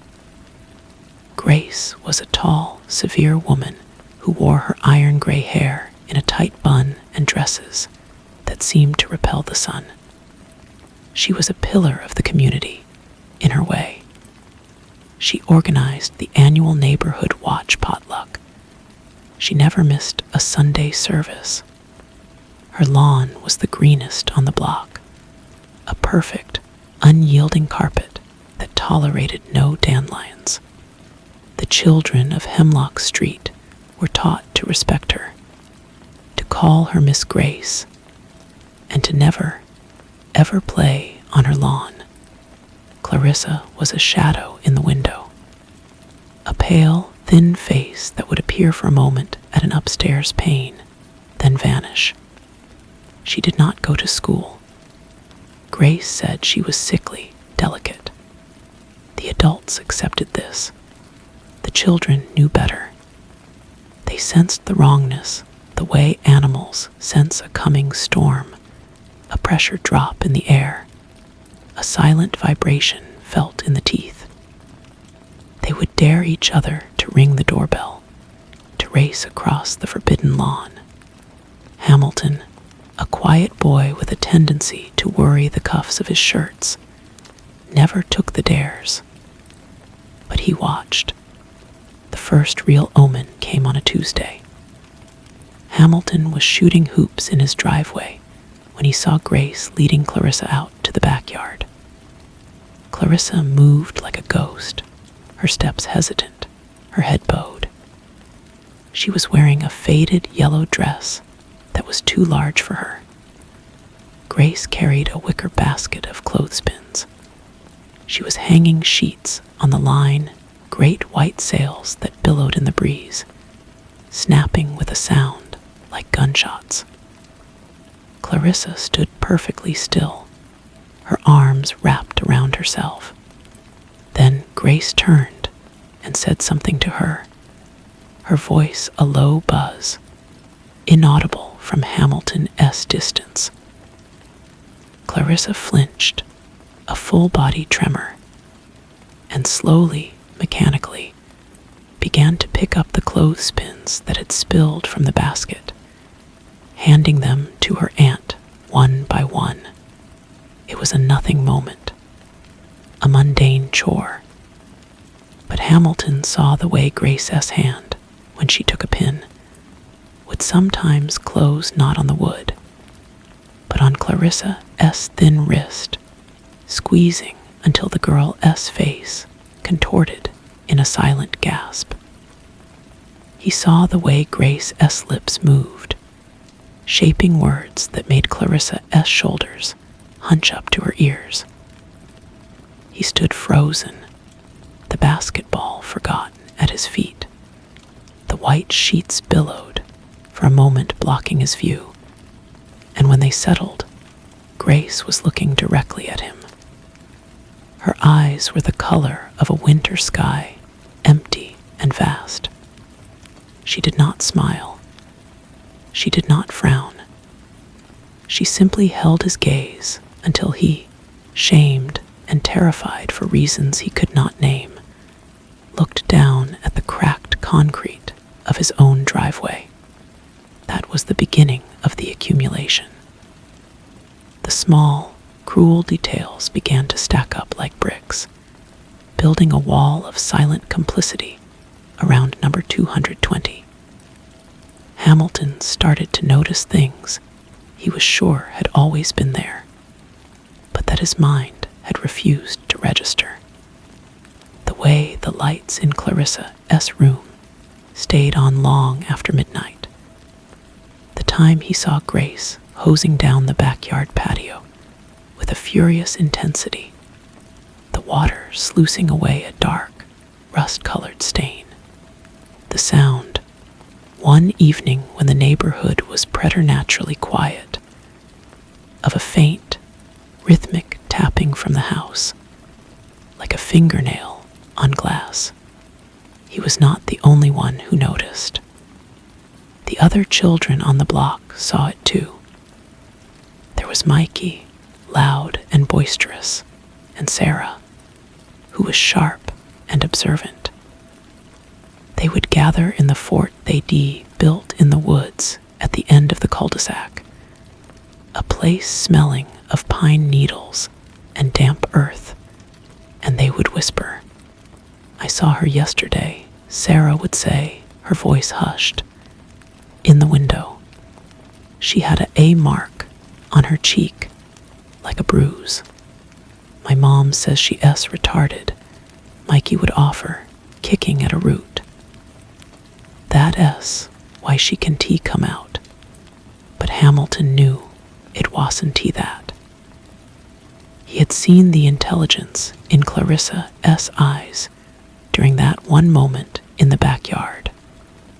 A flicker of desperate awareness before it was extinguished by fear. He tried to tell his parents once, over meatloaf and mashed potatoes, "Mom, I think something's wrong with the girl at Miss Grace's house." His mother had waved a dismissive hand. "Oh, that poor dear. Grace has her hands full. She's a saint for taking her in, really. It's not easy caring for a special child." The conversation was over. The adult world had erected its defenses, a fortress of willful ignorance. The horror was not that the adults were blind. Hamilton would later understand. It was that they chose blindness. It was more comfortable. It kept the postcard picture intact. The participation began subtly. It was Grace who initiated it. She would be working in her immaculate garden, and she would call out to the children playing in the street. "Mikey, Sarah, Hamilton, come here a moment." Her voice was not unkind. It was calm, measured, a teacher-esque voice. They would approach, scuffing their sneakers on the sidewalk, a flock of nervous sparrows. "Clarissa gets lonely," Grace would say, wiping her hands on her apron. "She likes to watch you play. It would be a kindness if you would include her." "Include her how?" Mikey asked, bold and suspicious. Grace's smile was a thin, bloodless line. "Just let her know you see her. Wave to her window. Show her you were thinking of her." It seemed harmless. A simple, neighborly gesture. So they did. At first, it was self-conscious. A quick, awkward wave up at the second-story window. Sometimes, a pale hand would flutter in response before disappearing back into the gloom. It felt strange, but not bad. It felt, perversely, like they were doing a good deed. Then Grace escalated the game. She so appreciates it. She told them one afternoon, her voice dropping to a confidential tone. "But you know, she can be a willful child. Sometimes she needs encouragement, a reminder to be grateful." She offered them candy. Bright, shiny wrapped sweets. "If you see her at the window," Grace said, "hold one up. Show it to her. It will give her a reason to come to the window. A little incentive." Hamilton felt a cold knot tighten in his stomach. This was wrong. It felt like training a dog or baiting a trap. But Mikey, enticed by the candy and the strange, illicit power of the game, was already on board. "Sure, Miss Grace," he said, pocketing a handful of butterscotches. The next day, Mikey stood on the sidewalk, held up a candy, and waved. Clarissa's face appeared. She looked thin, haunted. Mikey made a come-here gesture. Clarissa shook her head, a tiny, desperate movement. Mikey shrugged, unwrapped the candy, and popped it into his own mouth with an exaggerated smile. From the porch, where she sat shelling peas, Grace watched. She did not smile, but Hamilton saw a glint of satisfaction in her cold eyes. This was the revelation. The horror was not just what Grace was doing to Clarissa. It was what she was making them do. She was weaving them into her cruelty, making them complicit. Their childhood innocence was not being lost. It was being systematically poisoned. They were no longer just witnesses. They were participants. The games became darker. Grace would suggest they play tag near the house. Their shouts and laughter, a torment to the girl trapped inside.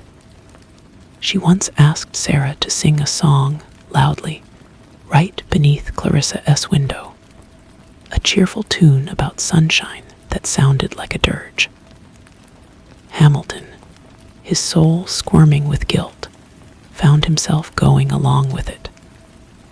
To refuse was to draw attention to himself, to acknowledge the wrongness, and that felt more dangerous than any dare.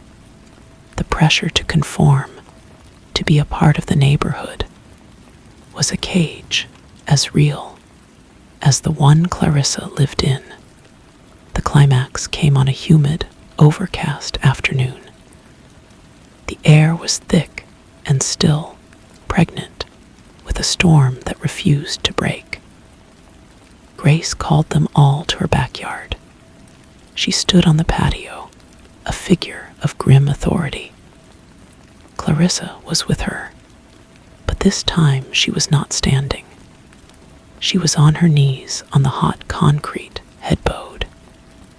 She was wearing a clean, white dress, which made the purple bruise on her arm stand out in stark relief.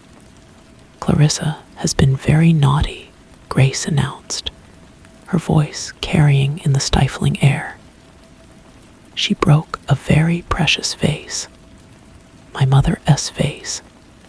She needs to learn that actions have consequences."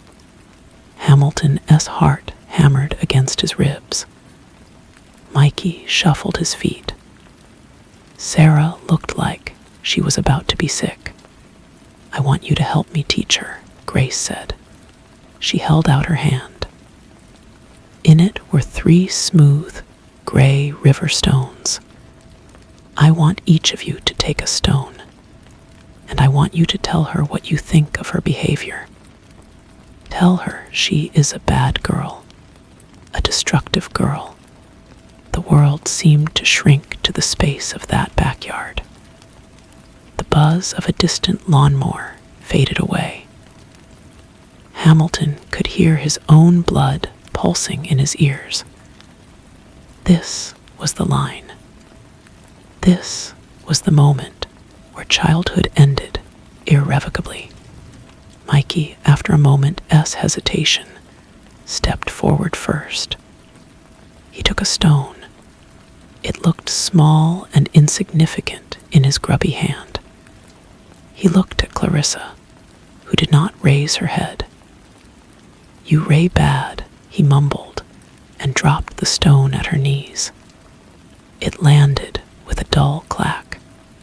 Sarah was crying silently, tears cutting clean paths through the dust on her cheeks. She took a stone, her hand trembling. "I am sorry," she whispered, so faintly it was almost inaudible, and let the stone fall. Then it was Hamilton S. turn. Grace S. eyes were on him, pale and demanding. The stone in his palm was cold, heavy with a terrible weight. He looked at Clarissa. For the first time, she lifted her head. Her eyes met his. They were not pleading. They were empty, utterly resigned. She expected nothing from him. She expected his betrayal as surely as she expected the sunset. In that moment, he saw the entire miserable architecture of her life. A prison built not just by Grace, but by every averted gaze, every dismissed concern, every wave and piece of candy that was part of the torture. He could not do it. He could not speak the words, but he could not refuse either. The pressure was too great. He opened his fingers and let the stone fall. It struck the concrete beside the other 2. It was not an act of condemnation, nor was it an act of defiance. It was simply a failure. The sound of the stone hitting the ground was the sound of his own moral collapse. Grace smiled then, a true smile, and it was the most terrifying thing Hamilton had ever seen. It was a smile of absolute victory. "Good children," she said. "You understand the importance of order." The storm broke later that night, a violent torrent of rain and thunder. The next day, a for sale sign was planted in Grace S. perfect lawn. By the end of the week, they were gone. Clarissa, Grace, all of it, vanished. The house stood empty, a silent monument to the horror that had festered within it. The adults on Hemlock Street spoke in hushed tones about a sudden family emergency out of state. The children never spoke of it again. The memory was buried, a shameful secret, covered by the dust of 30 years. Now, standing in his father-esque garage, Hamilton stared at the one-eyed doll. He understood why it had been left behind. It was not an oversight. It was a relic, a testament. He thought of Clarissa's empty eyes. He thought of the stone falling from his hand. He had spent his life building a shell of normalcy around that failure, a man who paid his taxes and mowed his lawn, but the rot was always there, deep inside. He did not pick up the doll. He could not bear to touch it. Instead, he turned and walked out of the garage, leaving the door open behind him. He stood on the driveway, on the same cracked concrete where he had stood as a boy. The neighborhood had changed. The houses were bigger, the cars newer, but the essential silence was the same. The willful, comfortable silence. He got into his car and started the engine. As he pulled away, he glanced once more at the garage. The single, sky-blue eye of the doll seemed to catch the light from the open door, glinting for a moment in the darkness before he turned the corner, and it was gone from sight. It remained there, in its corner, a silent witness to a truth too terrible to be remembered, yet too profound to ever be truly forgotten. It was just a thing made of porcelain and yarn, but it held the shape of a childhood, and the ghost of a girl, and the cold, heavy weight of a stone that had never stopped falling. The drive back to his own tidy house on the other side of town was a blur. The familiar streets seemed alien, the well-kept lawns and flowering shrubs now appearing as a thin veneer over something dark and unchanging. He pulled into his driveway and sat for a long time, the engine ticking as it cooled, his hands still gripping the steering wheel. The weight in his chest was a physical thing. The stone from Grace's backyard finally landing after its 30-year fall. His wife, Carol, met him at the door. "Did you find the wrench?" she asked, wiping her hands on a dish towel. She took one look at his face, and her smile faded. "Ham, what's wrong? You look like you've seen a ghost."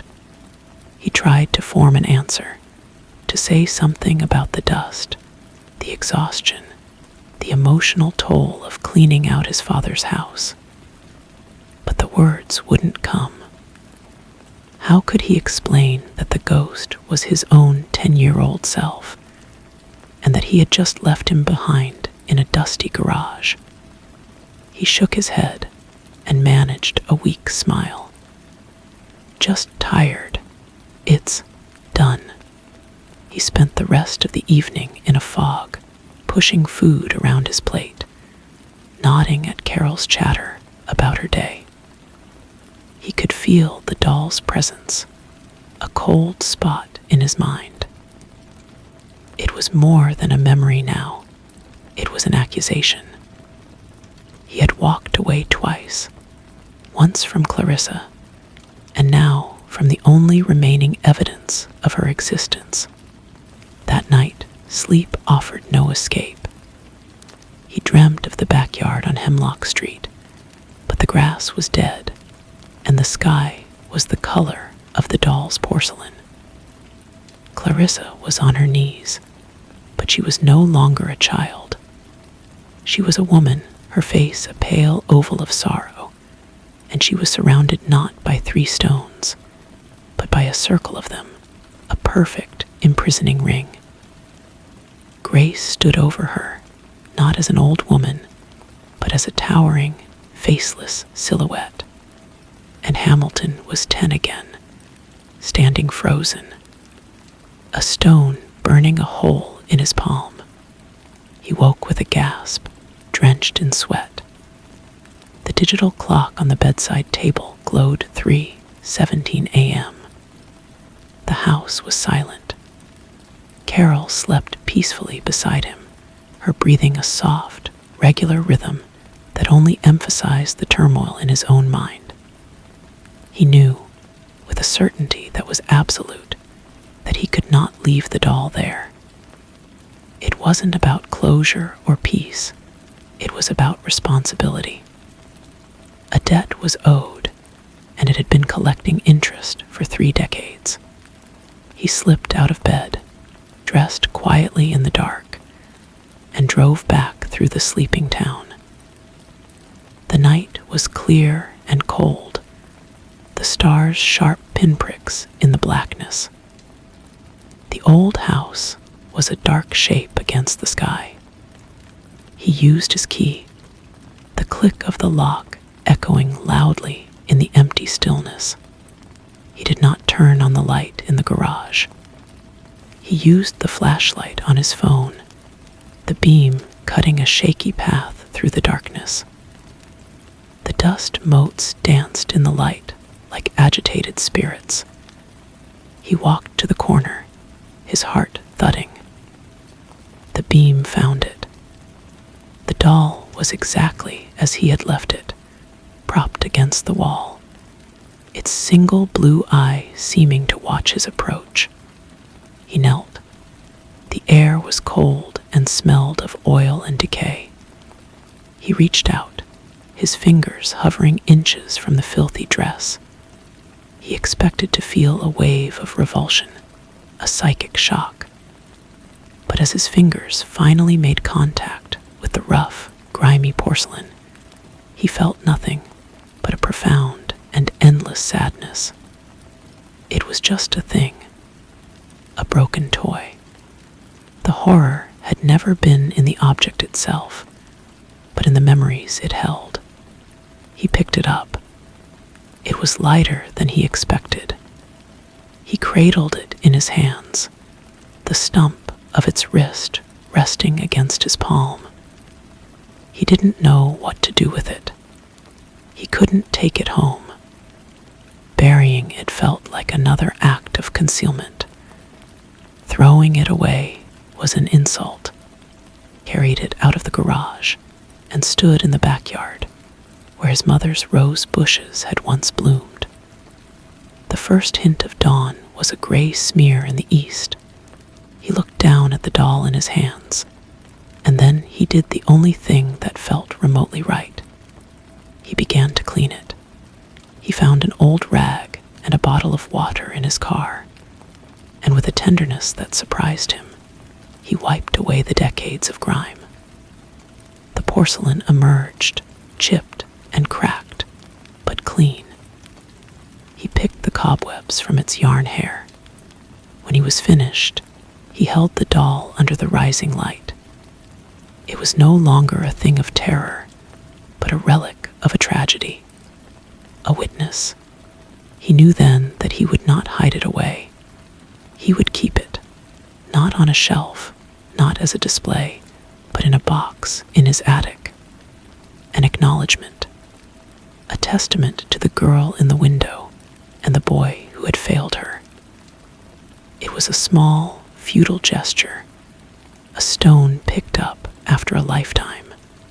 But as he placed the clean doll carefully on the passenger seat of his car, he felt the weight in his chest shift, not disappear, but change. The falling had stopped. The long, quiet burden of remembering had finally begun. The sun was fully up by the time he pulled into his own driveway again. The neighborhood was waking up, sprinklers hissing to life, the paper boy making his rounds. The normalcy of it all felt like a mockery. He carried the box containing the doll into the house, moving quietly past the kitchen where Carol was already clattering coffee mugs. He took the stairs to the attic, a space crammed with Christmas decorations and old college textbooks. He found a spot for the box on a bare wooden beam, away from the insulated walls where mice might nest. He didn't open it again. He simply placed it there and closed the attic door behind him. The next few days were a study in forced normalcy. He went to work, attended meetings, talked about budgets and deadlines. But his mind was in the attic. The cleaned doll was a secret he carried, a cold stone in his pocket everywhere he went. He found himself searching the internet late at night, typing vague phrases into search engines. Clarissa missing child, Grace Hemlock Street, child welfare case 1980s. The results were a dead end. It was as if they had never existed. The system, like the neighbors, had chosen to forget. It was a Thursday evening when the phone rang. Carol answered, her voice cheerful. "Oh, Mikey, how are you? It's been ages." Hamilton froze, a forkful of pasta halfway to his mouth. Mikey, Michael now, a financial advisor living in another state. They exchanged Christmas cards, nothing more. Carol held out the phone. "It's for you." Mikey says it's important. Hamilton took the receiver, his hand suddenly slick. "Mike." Ham, the voice on the other end, was older, deeper, but the same underlying boisterous tone was there, now strained with an unfamiliar tension. "I had a dream last night, a bad one, about that house, about the stones." The air went out of the room. Hamilton could hear the hum of the refrigerator, the frantic beating of his own heart. "I don't know what you're talking about," he said, the lie automatic and flimsy. "Don't," Mike said, his voice sharp. "Don't do that. Not after all this time. I saw her, Ham, in the dream. She was asking for her doll." Hamilton closed his eyes. The connection was inexplicable, terrifying. He had told no one. "Mike." "I called Sarah," Mike interrupted. "She's a therapist in Oregon. I didn't even have to say why I was calling." She started crying. She said she's been having dreams for weeks. She said she always knew one of us would crack first. He took a shaky breath. "What's happening, Ham? Did you find something over at your dad's?" The pretense was useless. The wall they had built together was crumbling from the inside out. "A doll," Hamilton whispered, turning his back to Carol, who was watching him with curious concern. "I found a doll in the garage. It was hers." There was a long silence on the other end of the line. When Mike spoke again, his voice was thick with emotion. "My God, so it was real, all of it." "It was real," Hamilton confirmed, the words feeling like a confession of a long-held crime. "We have to talk," Mike said, "the three of us. Not on the phone. Sarah said she'd fly in. We need to. I don't know, Ham. We need to see each other's faces. We need to know we're not going crazy." Hamilton agreed without hesitation. The isolation of the secret had been a prison.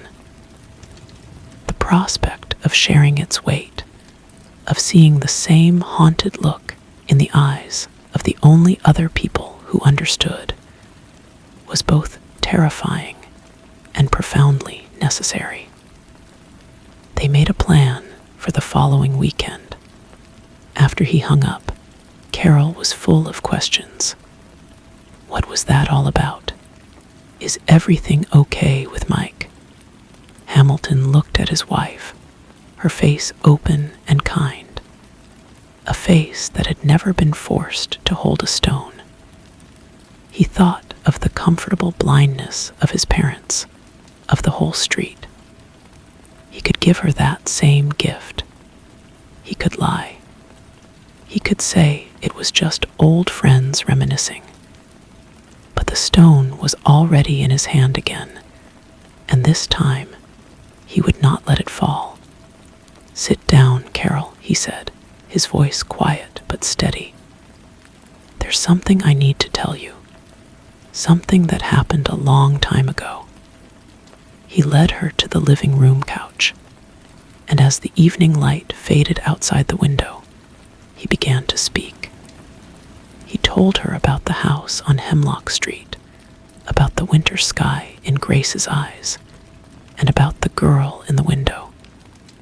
He told her about the candy, and the games, and the terrible, silent complicity. And finally, his voice barely a whisper, he told her about the 3 smooth stones. He was crying by the end, tears of shame and relief. Carol listened, her hand over her mouth, her own eyes wide with horror, and a dawning understanding of the man she had married. When he finished, she didn't offer empty comfort or dismiss his pain. She simply took his hand and held it tightly. "That little boy," she said softly, "he's been carrying this all alone for so long."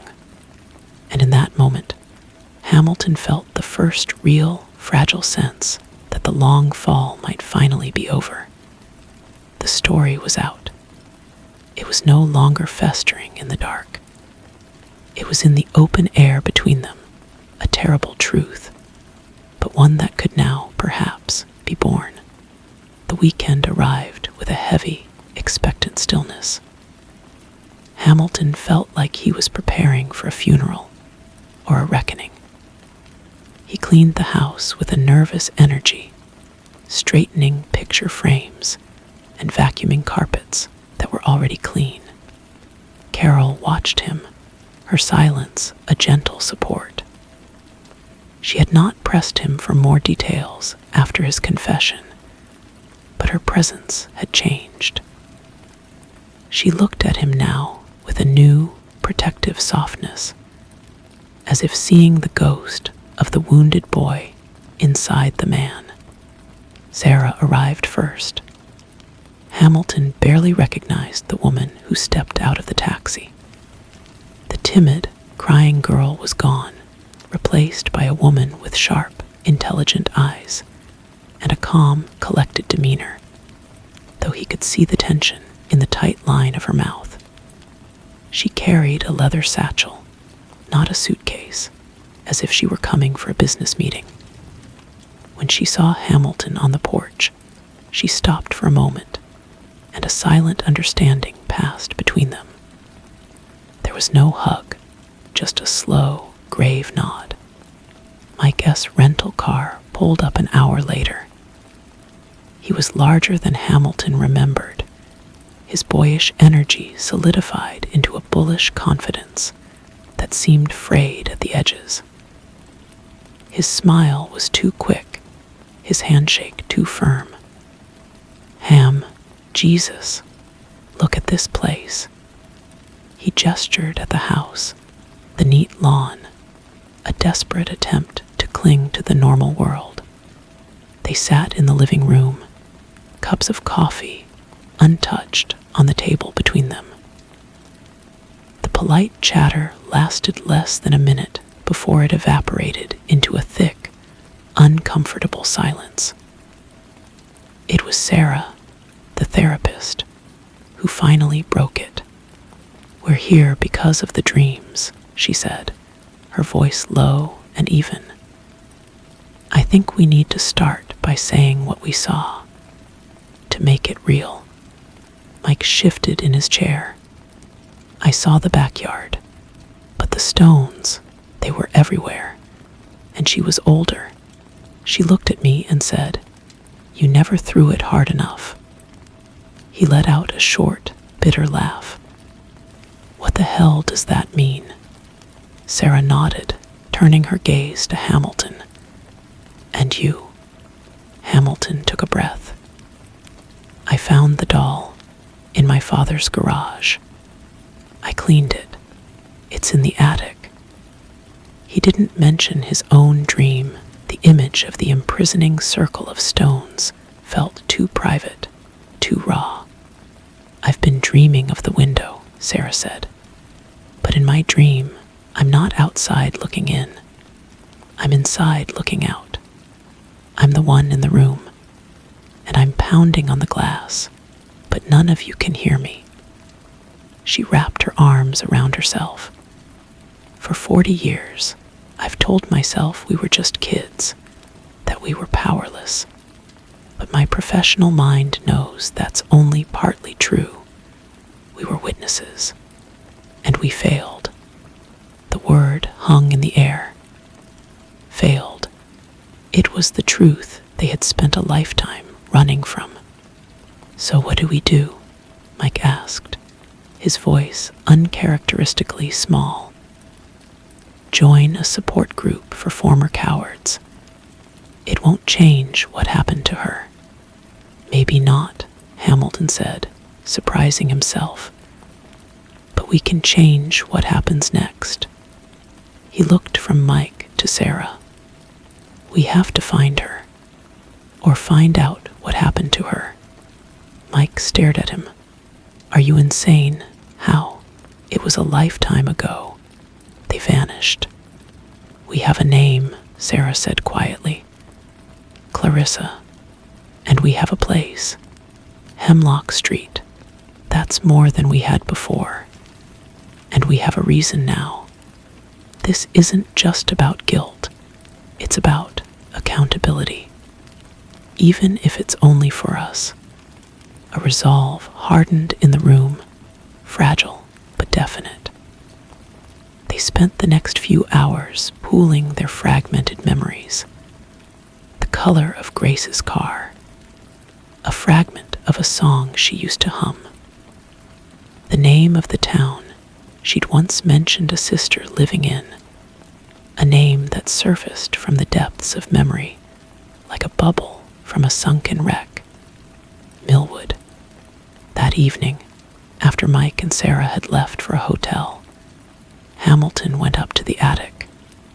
He didn't open the box. He just stood there in the dim, dusty space, feeling the presence of the other two. Their shared purpose, a tiny, flickering light in the overwhelming darkness of the past. The search, he knew, might lead nowhere. It might open old wounds without offering any healing. But for the first time since that humid afternoon, he was not alone with the stone. The falling had stopped, and the long, difficult work of digging it back up had begun. The following Monday felt like the first day of a new and uncertain life. Hamilton went through the motions at work, but his mind was 1,000 miles away, sifting through the dusty archives of childhood. He spent his lunch hour not in the break room, but at the public library, scrolling through microfiche copies of old local newspapers. He started with the year they moved away from Hemlock Street, then the year after, his eyes straining to find any mention of a missing child, a welfare check, anything related to the name Grace, or an address on their old street. The print was blurry, the pages filled with mundane headlines about town council meetings and high school sports. It was as if the house and its inhabitants had been neatly edited out of reality. That night, he called Sarah. Her voice was calm, a professional anchor in his rising anxiety. "I found nothing," he told her. "The frustration sharp in his throat. "It's like they never existed. Abusers are often very good at hiding in plain sight," she replied. "And systems fail, especially then. Don't be discouraged by the silence. The silence is the point." She told him she had made a few discreet calls to old contacts in child services, but records from that era were spotty. And without a last name, it was a needle in a haystack. Mike, meanwhile, had thrown himself into the digital hunt, using his financial background to access People Finder databases. But Grace and Clarissa were too common, and Millwood yielded thousands of results. A week passed. The initial surge of purpose began to ebb, replaced by a grinding sense of futility. The doll in the attic felt less like a testament and more like a taunt.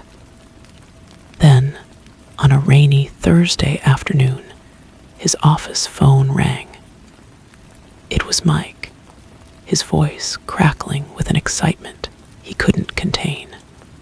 "Ham, listen. I got a hit, a weak one, but it's something. I cross-referenced property records for Hemlock Street around the time we left. The house was owned by a Leonard and Marjorie Brennan. Our parents rented from them." Hamilton's grip tightened on the receiver. "Okay, the Brennans sold the house in 1992. But here's the thing. The tax records for the 5 years before that show a single owner-occupant. A G. Brennan." "G. Brennan," Hamilton repeated, the name feeling foreign on his tongue. "Grace Brennan," Mike said, the name hanging in the static-filled line like a verdict. Her name was Grace Brennan. The world seemed to tilt. The woman with the winter sky in her eyes had a last name. She was no longer a phantom. She was a person who had paid taxes and owned property. "Did you find anything else?" "Not yet, but it's a thread, Ham. We can pull on it. A Grace Brennan who would be, what, in her 70s or 80s now. Maybe she has a sister in Millwood. Maybe that sister has a family who knows something." Hamilton hung up, his heart hammering. He immediately called Sarah and relayed the information. She was quiet for a moment. "Grace Brennan," she said softly. "Now we know who we're looking for. This makes it more real. Are you sure you're ready for what we might find?" He thought of the clean doll in the attic box. He thought of the stones. "No," he answered honestly. "But we have to keep going." The search narrowed, became more intense.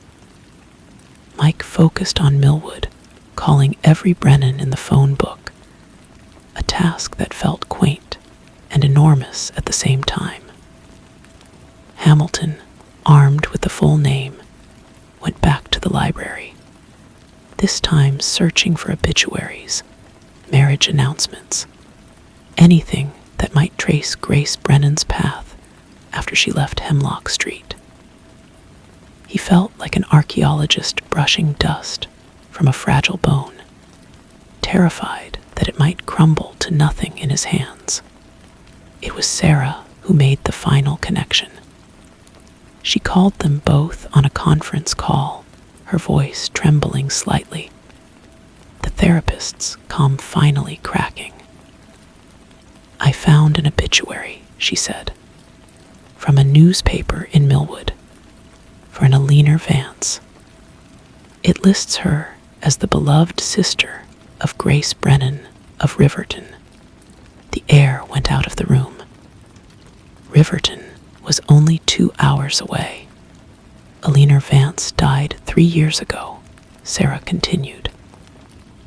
But the obituary mentions she was survived by a daughter, Cynthia Vance. I found a number. The three of them sat in silence, the hum of the connection the only sound. The path had suddenly become very short, and at the end of it was a woman named Cynthia who might have answers. Mike was the first to speak. So who calls? I will, Hamilton said, the words coming out before he could reconsider. It should be me. He was the one who had gone back. He was the one who had found the doll. The responsibility felt like his. He waited until the next morning, sitting at his kitchen table, the phone number written on a slip of paper in front of him. Carol placed a hand on his shoulder, a silent gesture of solidarity, then left him to his privacy. His hand was shaking as he dialed. The phone rang once, twice. A woman's voice answered, bright and efficient. Hello. Hello, Hamilton said, his mouth dry. Is this Cynthia Vance? Yes, it is. Who's calling? My name is Hamilton. I used to live next door to your aunt, Grace Brennan, a long time ago. On Hemlock Street. There was a pause on the other end of the line. The cheerful tone vanished, replaced by a guarded coolness. I see. What can I do for you? Hamilton took a deep breath, plunging ahead. I'm trying to find out what happened to her. And to her daughter, Clarissa. The silence that followed was long and heavy. When Cynthia Vance spoke again, her voice was low and firm, laced with a sadness that sounded ancient. My Aunt Grace passed away 10 years ago. And Clarissa died when she was a child. The words landed not with a shock, but with a dull, final thud. Hamilton had known, somewhere deep down, that this was the only possible ending to the story, yet hearing it stated so plainly by a stranger on the phone made the air in his kitchen feel solid and unbreathable. I am so sorry. He managed to whisper, the apology inadequate for a 40-year-old tragedy. Cynthia Vance sighed, a sound of weary resignation. It was a long time ago. A car accident just after they moved to Riverton.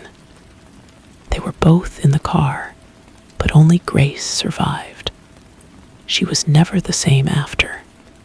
Hamilton closed his eyes. He saw the stones, the window, the silent, hungry eyes of the girl. She hadn't tea been hidden away in some institution. She hadn't tea slowly faded from neglect. She had been freed, only to be taken completely. The injustice of it was a physical pain in his chest. Mr. Hamilton. Cynthia's voice cut through his thoughts. Why are you asking about this now? The question hung in the air. He could lie, offer a platitude about childhood memories and curiosity. But he was tired of lies. We knew something was wrong, he said, his voice rough. My brother, a friend, and we were just kids, but we knew. We never said anything. We carried it with us. Another long silence. He could almost feel her weighing his words, measuring his guilt. Grace carried it too, she said finally, her voice softer. She never talked about Hemlock Street. Not once. But she kept a box. She told me once that it was full of ghosts and that I was never to open it. Hamilton S. Breathcott, A box. After she died, I couldn't bring myself to throw it away. It's in my basement. I suppose if you are reaching out after all this time, you might have a right to see it. Or at least, you might understand what's in it. She gave him her address in Riverton. The drive, she said, was straightforward. He called Mike and Sarah immediately. He repeated Cynthia's words in a flat, emotionless tone. The news of Clarissa's death silenced them both. The quest to find her, to somehow make amends, had been their fragile raft. Now it had sunk, leaving them adrift in a sea of pointless guilt. So that's it, Mike said, his voice hollow. She's gone. There's nothing to do. There's the box, Hamilton said. What does it matter? Mike shot back. It's just more pain. Why put ourselves through that? Because we have to, Sarah interjected, her therapist's voice returning, firm and clear. Because this isn't about changing the past anymore. It's about bearing witness. It's about finally seeing the truth, even if it's ugly. We owe that to Clarissa, and we owe it to ourselves. 2 days later, the three of them stood on Cynthia Vance's tidy porch in Riverton. She was a woman in her 50s, with Grace's sharp cheekbones, but none of her haunted weariness. She greeted them with a quiet, solemn dignity, and led them inside without small talk. The box was in the basement, she said. A simple cardboard container sealed with brittle yellow tape. She brought it up and placed it on her living room coffee table. The four of them stood around it, a silent, funereal gathering. I'll leave you to it, Cynthia said. Take whatever time you need. She retreated to the kitchen, giving them privacy. Mike reached out a hesitant hand and sliced the tape with a key. The flaps fell open. There was no doll, no stack of stones. Instead, the box was filled with drawings. Dozens of them, maybe hundreds, all drawn by a child's hand. They were on lined notebook paper, brown paper bags, the backs of old envelopes. Hamilton picked up the first one. It was a crayon drawing of a house. Their house. And in the window of the house next door, a stick figure girl with yellow hair was waving. In the yard below, 3 smaller stick figures were standing together. He picked up another. This one showed the same 3 figures, their hands colored gray, holding round, gray objects. The stones. Drawing after drawing told the story they had locked away. There was a picture of Grace, her face, a furious red scribble. There was a picture of a bedroom door, locked from the outside. And there was a picture of the 3 of them, Mike, Sarah, and Hamilton, their mouths, represented by big, black OS, as if they were shouting. Or as if they were silent. At the very bottom of the box was a single, folded piece of paper, more carefully drawn than the others. It showed the girl standing between 2 stick figures who held her hands. The figure on the left had yellow hair like the girl. The figure on the right was tall and black-haired. Hamilton. Above them, the sun was shining, and the girl was smiling. In wobbly, childish letters at the top, it read, "My friends." Hamilton felt the tears come then, hot and unchecked. Mike turned away, his shoulders shaking. Sarah picked up the drawing, her hand trembling. "She didn't see captors," she whispered. "She didn't see tormentors. She saw friends. They had carried the weight of their complicity for decades, the shame of their silence. They had imagined her hatred, her fear. But in her eyes, in the lonely prison of that house, their furtive visits, their silent, stone-throwing solidarity had been the only friendship she had known. They had failed to save her, but they had not been nothing. The truth was more devastating and more beautiful than any of them could have imagined. It didn't erase the guilt, but it changed its shape, making it something they could finally, after all these years, begin to hold. They stayed in Cynthia Vance's living room for a long time. The drawings spread around them like leaves from a forgotten season. No one spoke. The need for words had passed. The evidence was here, in faded wax and lead, a child's testament to a world of quiet horror and small, desperate kindnesses. Mike finally wiped his face with the back of his hand and began to carefully, almost reverently, stack the drawings back into the box. His movements were slow and deliberate, as if handling holy relics. When Cynthia returned, she took in their red-rimmed eyes and the settled silence. She didn't ask what they had found. She simply nodded. "Would you like to know where she is?" she asked gently. "Clarissa. There's a cemetery on the edge of town. It's a small stone. I can take you." The offer was unexpected, a final step on a path they had never imagined walking. Hamilton looked at Sarah and Mike, seeing his own hesitant resolution mirrored in their faces. "Yes," he said.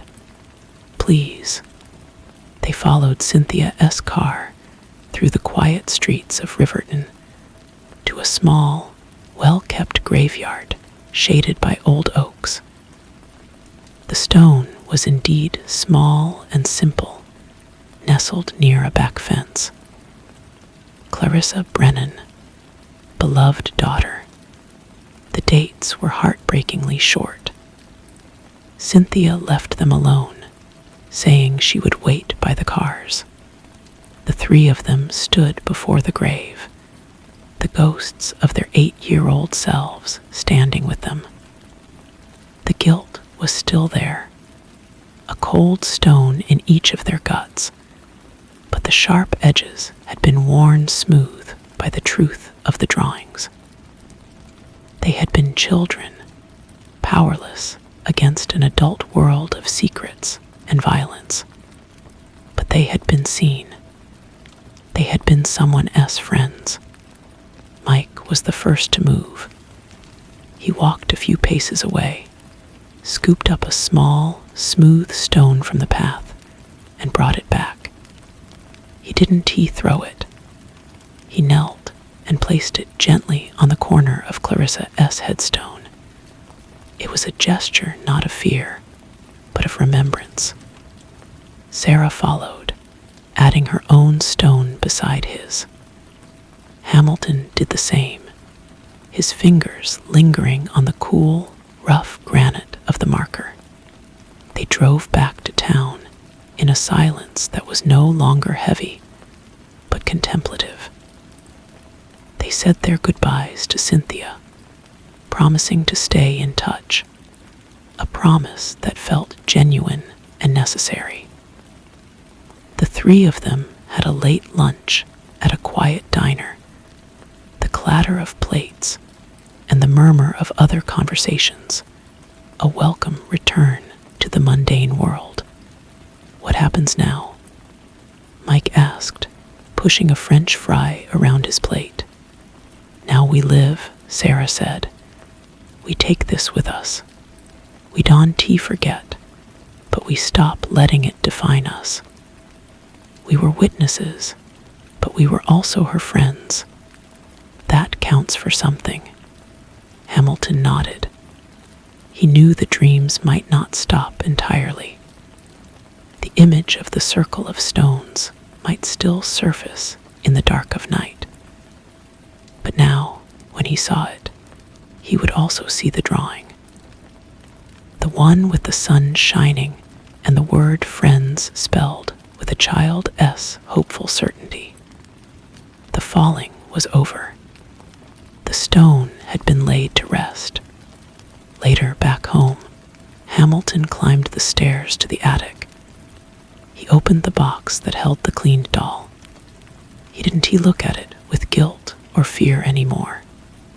He saw it for what it was, a relic, a token from a friend.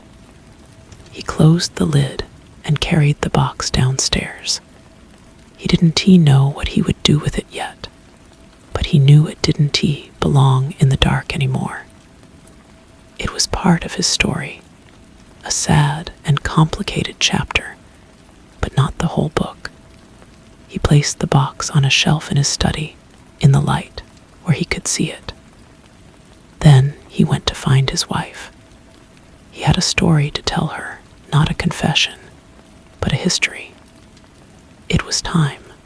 The words came more easily than he had expected. He started with the stones, the feeling of the cool, rough weight in his small hand. He told Carol about the window, and the girl with hair like wheat, and the silent agreement that had bound the 3 children together. He spoke of the fear, the oppressive quiet of the house next door, and the weight of a secret too large for a child to carry. He told her about the doll, the search, the phone call, and the drive to Riverton. He described the drawings, the simple, heartbreaking truth they contained. He did not shy away from the guilt, but he also did not let it dominate the story. He told her about the grave, and the 3 stones placed there not in shame, but in solidarity. Carol listened without interrupting, her hand resting on his. When he finished, the room was quiet for a long moment. "Oh, Ham," she said softly, her eyes shining with tears. "That poor little girl, and you poor children." Her compassion, directed at his 8-year-old self, was a balm he hadn't known he needed. She didn't tell him he shouldn't feel guilty. She simply acknowledged the burden he had carried. That night, for the first time in weeks, Hamilton slept deeply, and he did not dream of falling. The change was subtle but profound.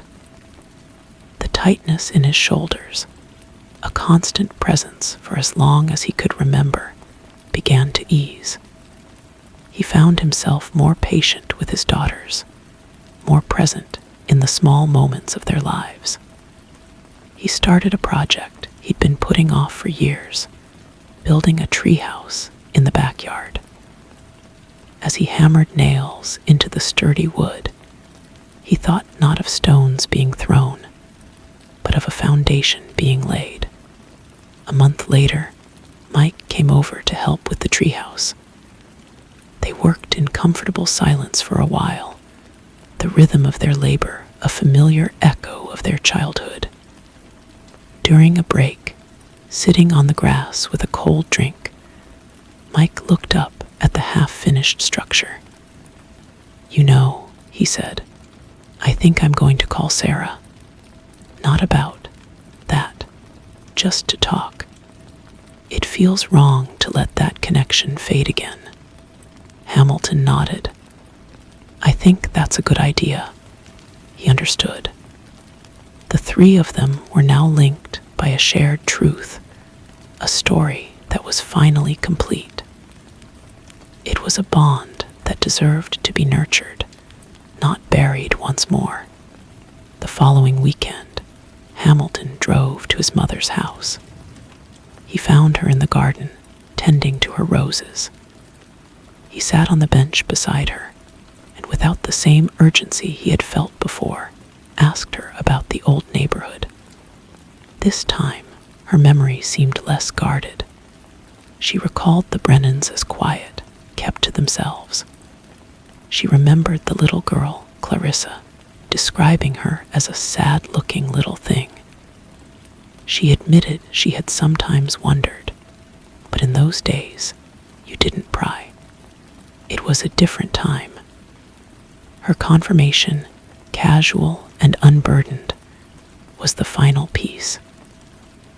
The ghost was laid to rest, not with a dramatic exorcism, but with a quiet acceptance of the past's unchangeable contours. One evening, Hamilton went into his study. He looked at the box on the shelf. He took out the doll and held it for a moment.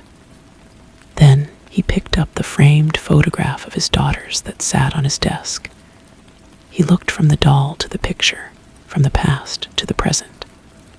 He carefully placed the doll back in the box and closed the lid. It was a part of him, but it was no longer a weight. It was simply a memory, sad and sweet, of a friend named Clarissa. He turned out the light and went to join his family. The treehouse was finished by the first day of summer. His daughters claimed it as their castle, their spaceship, their secret headquarters. The sound of their laughter filtering down through the leaves was a sound Hamilton knew he would never take for granted. He found himself lingering in the backyard after they had gone inside, looking up at the rough-hewn wood silhouetted against the twilight sky. It was a good, solid thing. It was built to last. Mike and Sarah did start talking again. They met for coffee every few weeks, and sometimes Hamilton joined them. The conversation was rarely about Hemlock Street.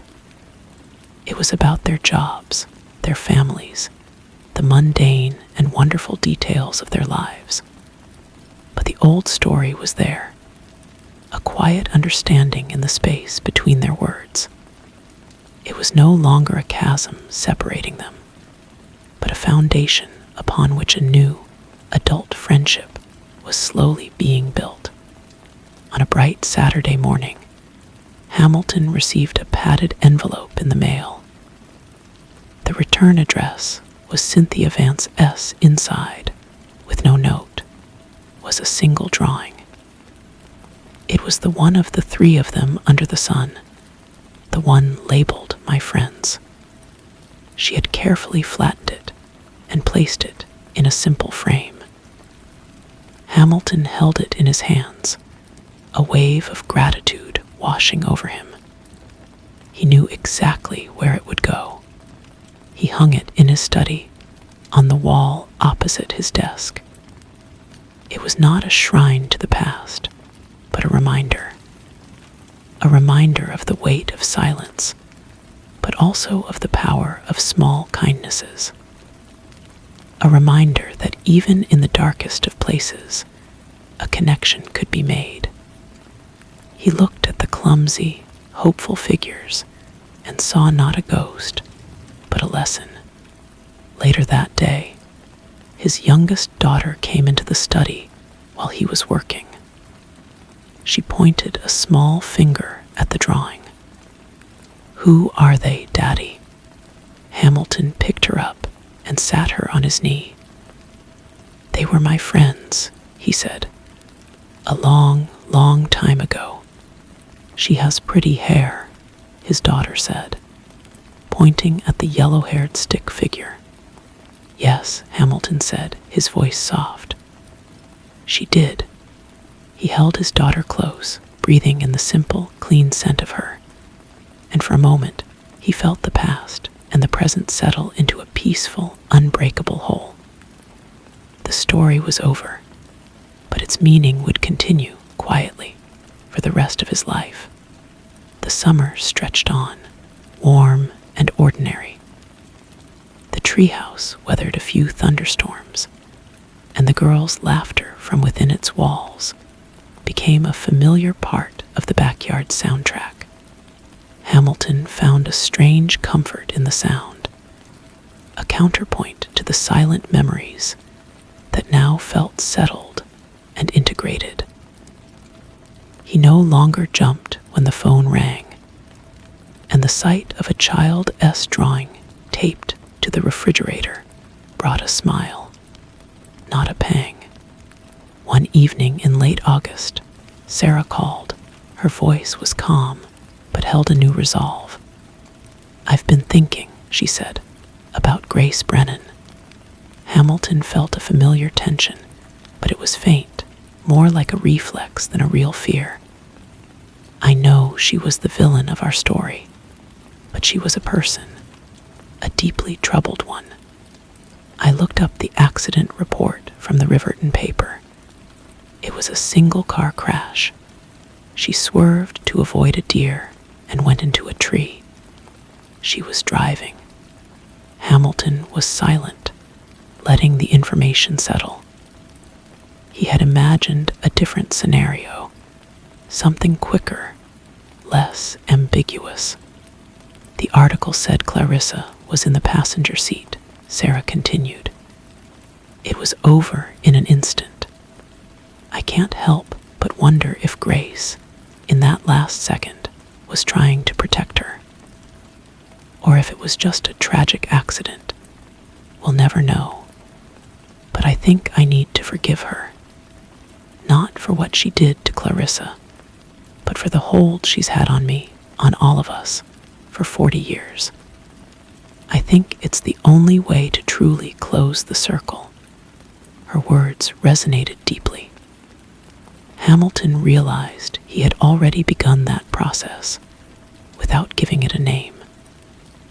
Forgiving Grace felt less like an act of absolution, and more like an act of self-preservation. It was about reclaiming the narrative from the shadow of that house. He thanked Sarah for the call, and for her insight. A few days later, he was in the study, paying bills.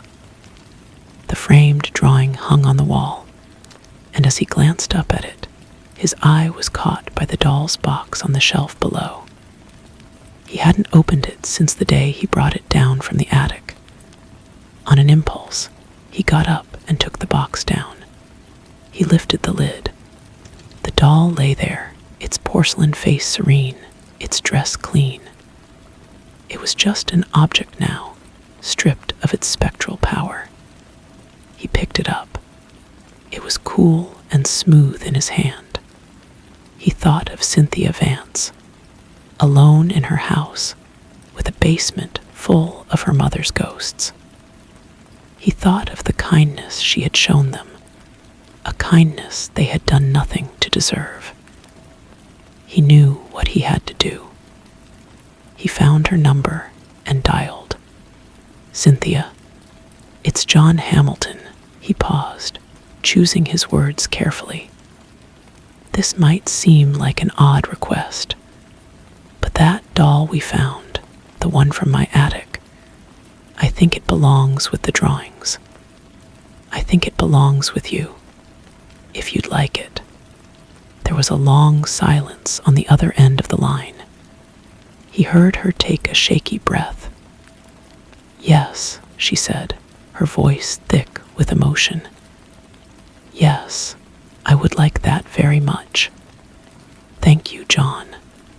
He packaged the doll carefully and mailed it the next day. He included a brief note, simply thanking her again for her generosity and for helping them find a kind of peace. He didn't expect a reply, and he didn't get one. It wasn't necessary. The act of sending, it felt like the final stone being laid, not on a grave, but on a path leading away from the past. Autumn arrived, painting the leaves in fiery hues. Hamilton raked them into large piles for his daughters to jump in. As he worked, he felt a sense of lightness, of completion. The story of Hemlock Street was no longer a secret wound. It was a part of his history, a sad chapter that had, in its own strange way, taught him about friendship, guilt, and the long, slow work of healing. He looked at the vibrant red and orange leaves against the clear blue sky and felt, for the first time in a very long time, that he was exactly where he was supposed to be. The crisp air of October felt clean in his lungs. He finished raking and leaned on the handle, watching his daughters shriek with delight as they launched themselves into the largest pile. Their joy was a tangible thing, a force that pushed back the lingering chill of the old memories. Carol came out with mugs of hot cider, handing one to him and smiling at the scene. Her hand brushed his, a simple touch that felt like a promise. Later that week, a postcard arrived in the mail. It was a picture of a calm lake at sunset, the water reflecting the brilliant colors of the sky. On the back, in a neat, looping script, was a short message from Cynthia. "The doll is home. It sits on a shelf in my living room next to a photo of my mother as a young woman. It looks peaceful. Thank you for trusting me with it. I hope you are well." Hamilton propped the postcard on the mantelpiece. A small, bright token of a connection he had never anticipated. Winter came, and with it, the first snow. The treehouse stood silent and patient in the backyard, its roof capped with white. From his study window, Hamilton would often look at it, a stark and beautiful shape against the gray sky. The drawing of the three friends was still on the wall, but he found he didn't look at it with the same intensity anymore. It had become part of the room's landscape, a truth acknowledged and absorbed. On a quiet afternoon near Christmas, he was wrapping gifts when the doorbell rang. It was a deliveryman with a large, flat package. Puzzled, Hamilton brought it inside and cut open the cardboard. Inside were two items. The first was a framed photograph, professionally taken, of him, Mike, and Sarah. They were standing on the sidewalk in front of Cynthia's house on Hemlock Street, their arms around each other's shoulders. They were smiling, but it was a complex smile, one that held sadness, relief, and a hard-won peace. Mike must have arranged it, hiring a photographer to capture that moment after Cynthia had gone back inside. Hamilton had forgotten all about it. The second item was a small, handmade book. The cover was of simple blue cloth. When he opened it, he saw that Sarah had painstakingly scanned and printed every one of Clarissa's drawings. They were arranged in order, telling the story from the gray stones and the red scribbled fury to the final, sunny picture of friends. On the last page, Sarah had written a short dedication. For John, Mike, and Sarah. So we never forget the friend we had, and the friends we found again. Hamilton felt a thickness in his throat. He carefully placed the photograph on the shelf next to the postcard from Cynthia. Then he sat in his chair and slowly paged through the book. It was not a painful experience. It felt like honoring a life, however brief and tragic. It was the whole story, not just the parts shrouded in shadow. That night, after the girls were asleep, he showed the book to Carol. She looked through it silently, her fingers gently tracing the lines of the childish drawings. When she finished, she closed the cover and held it in her lap. "It's a beautiful thing to do," she said, "to make something like this out of so much pain." He knew she was right. The guilt had not vanished, but it had been transformed. It was no longer a poison. It was a responsibility to remember to be kinder, to see the silent struggles of others. The stones they had thrown were now a foundation. The circle was not a trap, but a marker of a bond that had endured, even in the dark. And as the snow fell softly outside, blanketing the world in a quiet peace, Hamilton knew that the long winter of his childhood was finally, truly over. The blue book found a permanent place on the coffee table. It was not hidden away, but neither was it a centerpiece. It was simply there, a part of the family's history that his daughters would one day be old enough to understand. They would ask about the strange, sad drawings, and he would tell them a story about a little girl and the importance of being a good friend. The years passed with the gentle rhythm of family life. The treehouse eventually became too small for his daughters, a relic of their own childhood that he couldn't bring himself to dismantle. Mike married a warm, lively woman who made him laugh in a way Hamilton hadn't heard since they were boys. Sarah adopted a child, a serious-eyed little boy from another country, and she wrote to Hamilton that in becoming a mother, she felt she had finally made a lasting peace with the past. Hamilton thought of Clarissa less often, but he never truly forgot. The memory would surface at unexpected moments, when he saw a certain shade of yellow hair in the sunlight, or when he heard the particular silence of a snowfall. But the feeling that accompanied the memory was no longer one of dread. It was a quiet, melancholic tenderness. On the 50th anniversary of that summer on Hemlock Street, Hamilton woke early. He drove alone, the familiar route feeling both strange and deeply known. The old neighborhood was almost unrecognizable.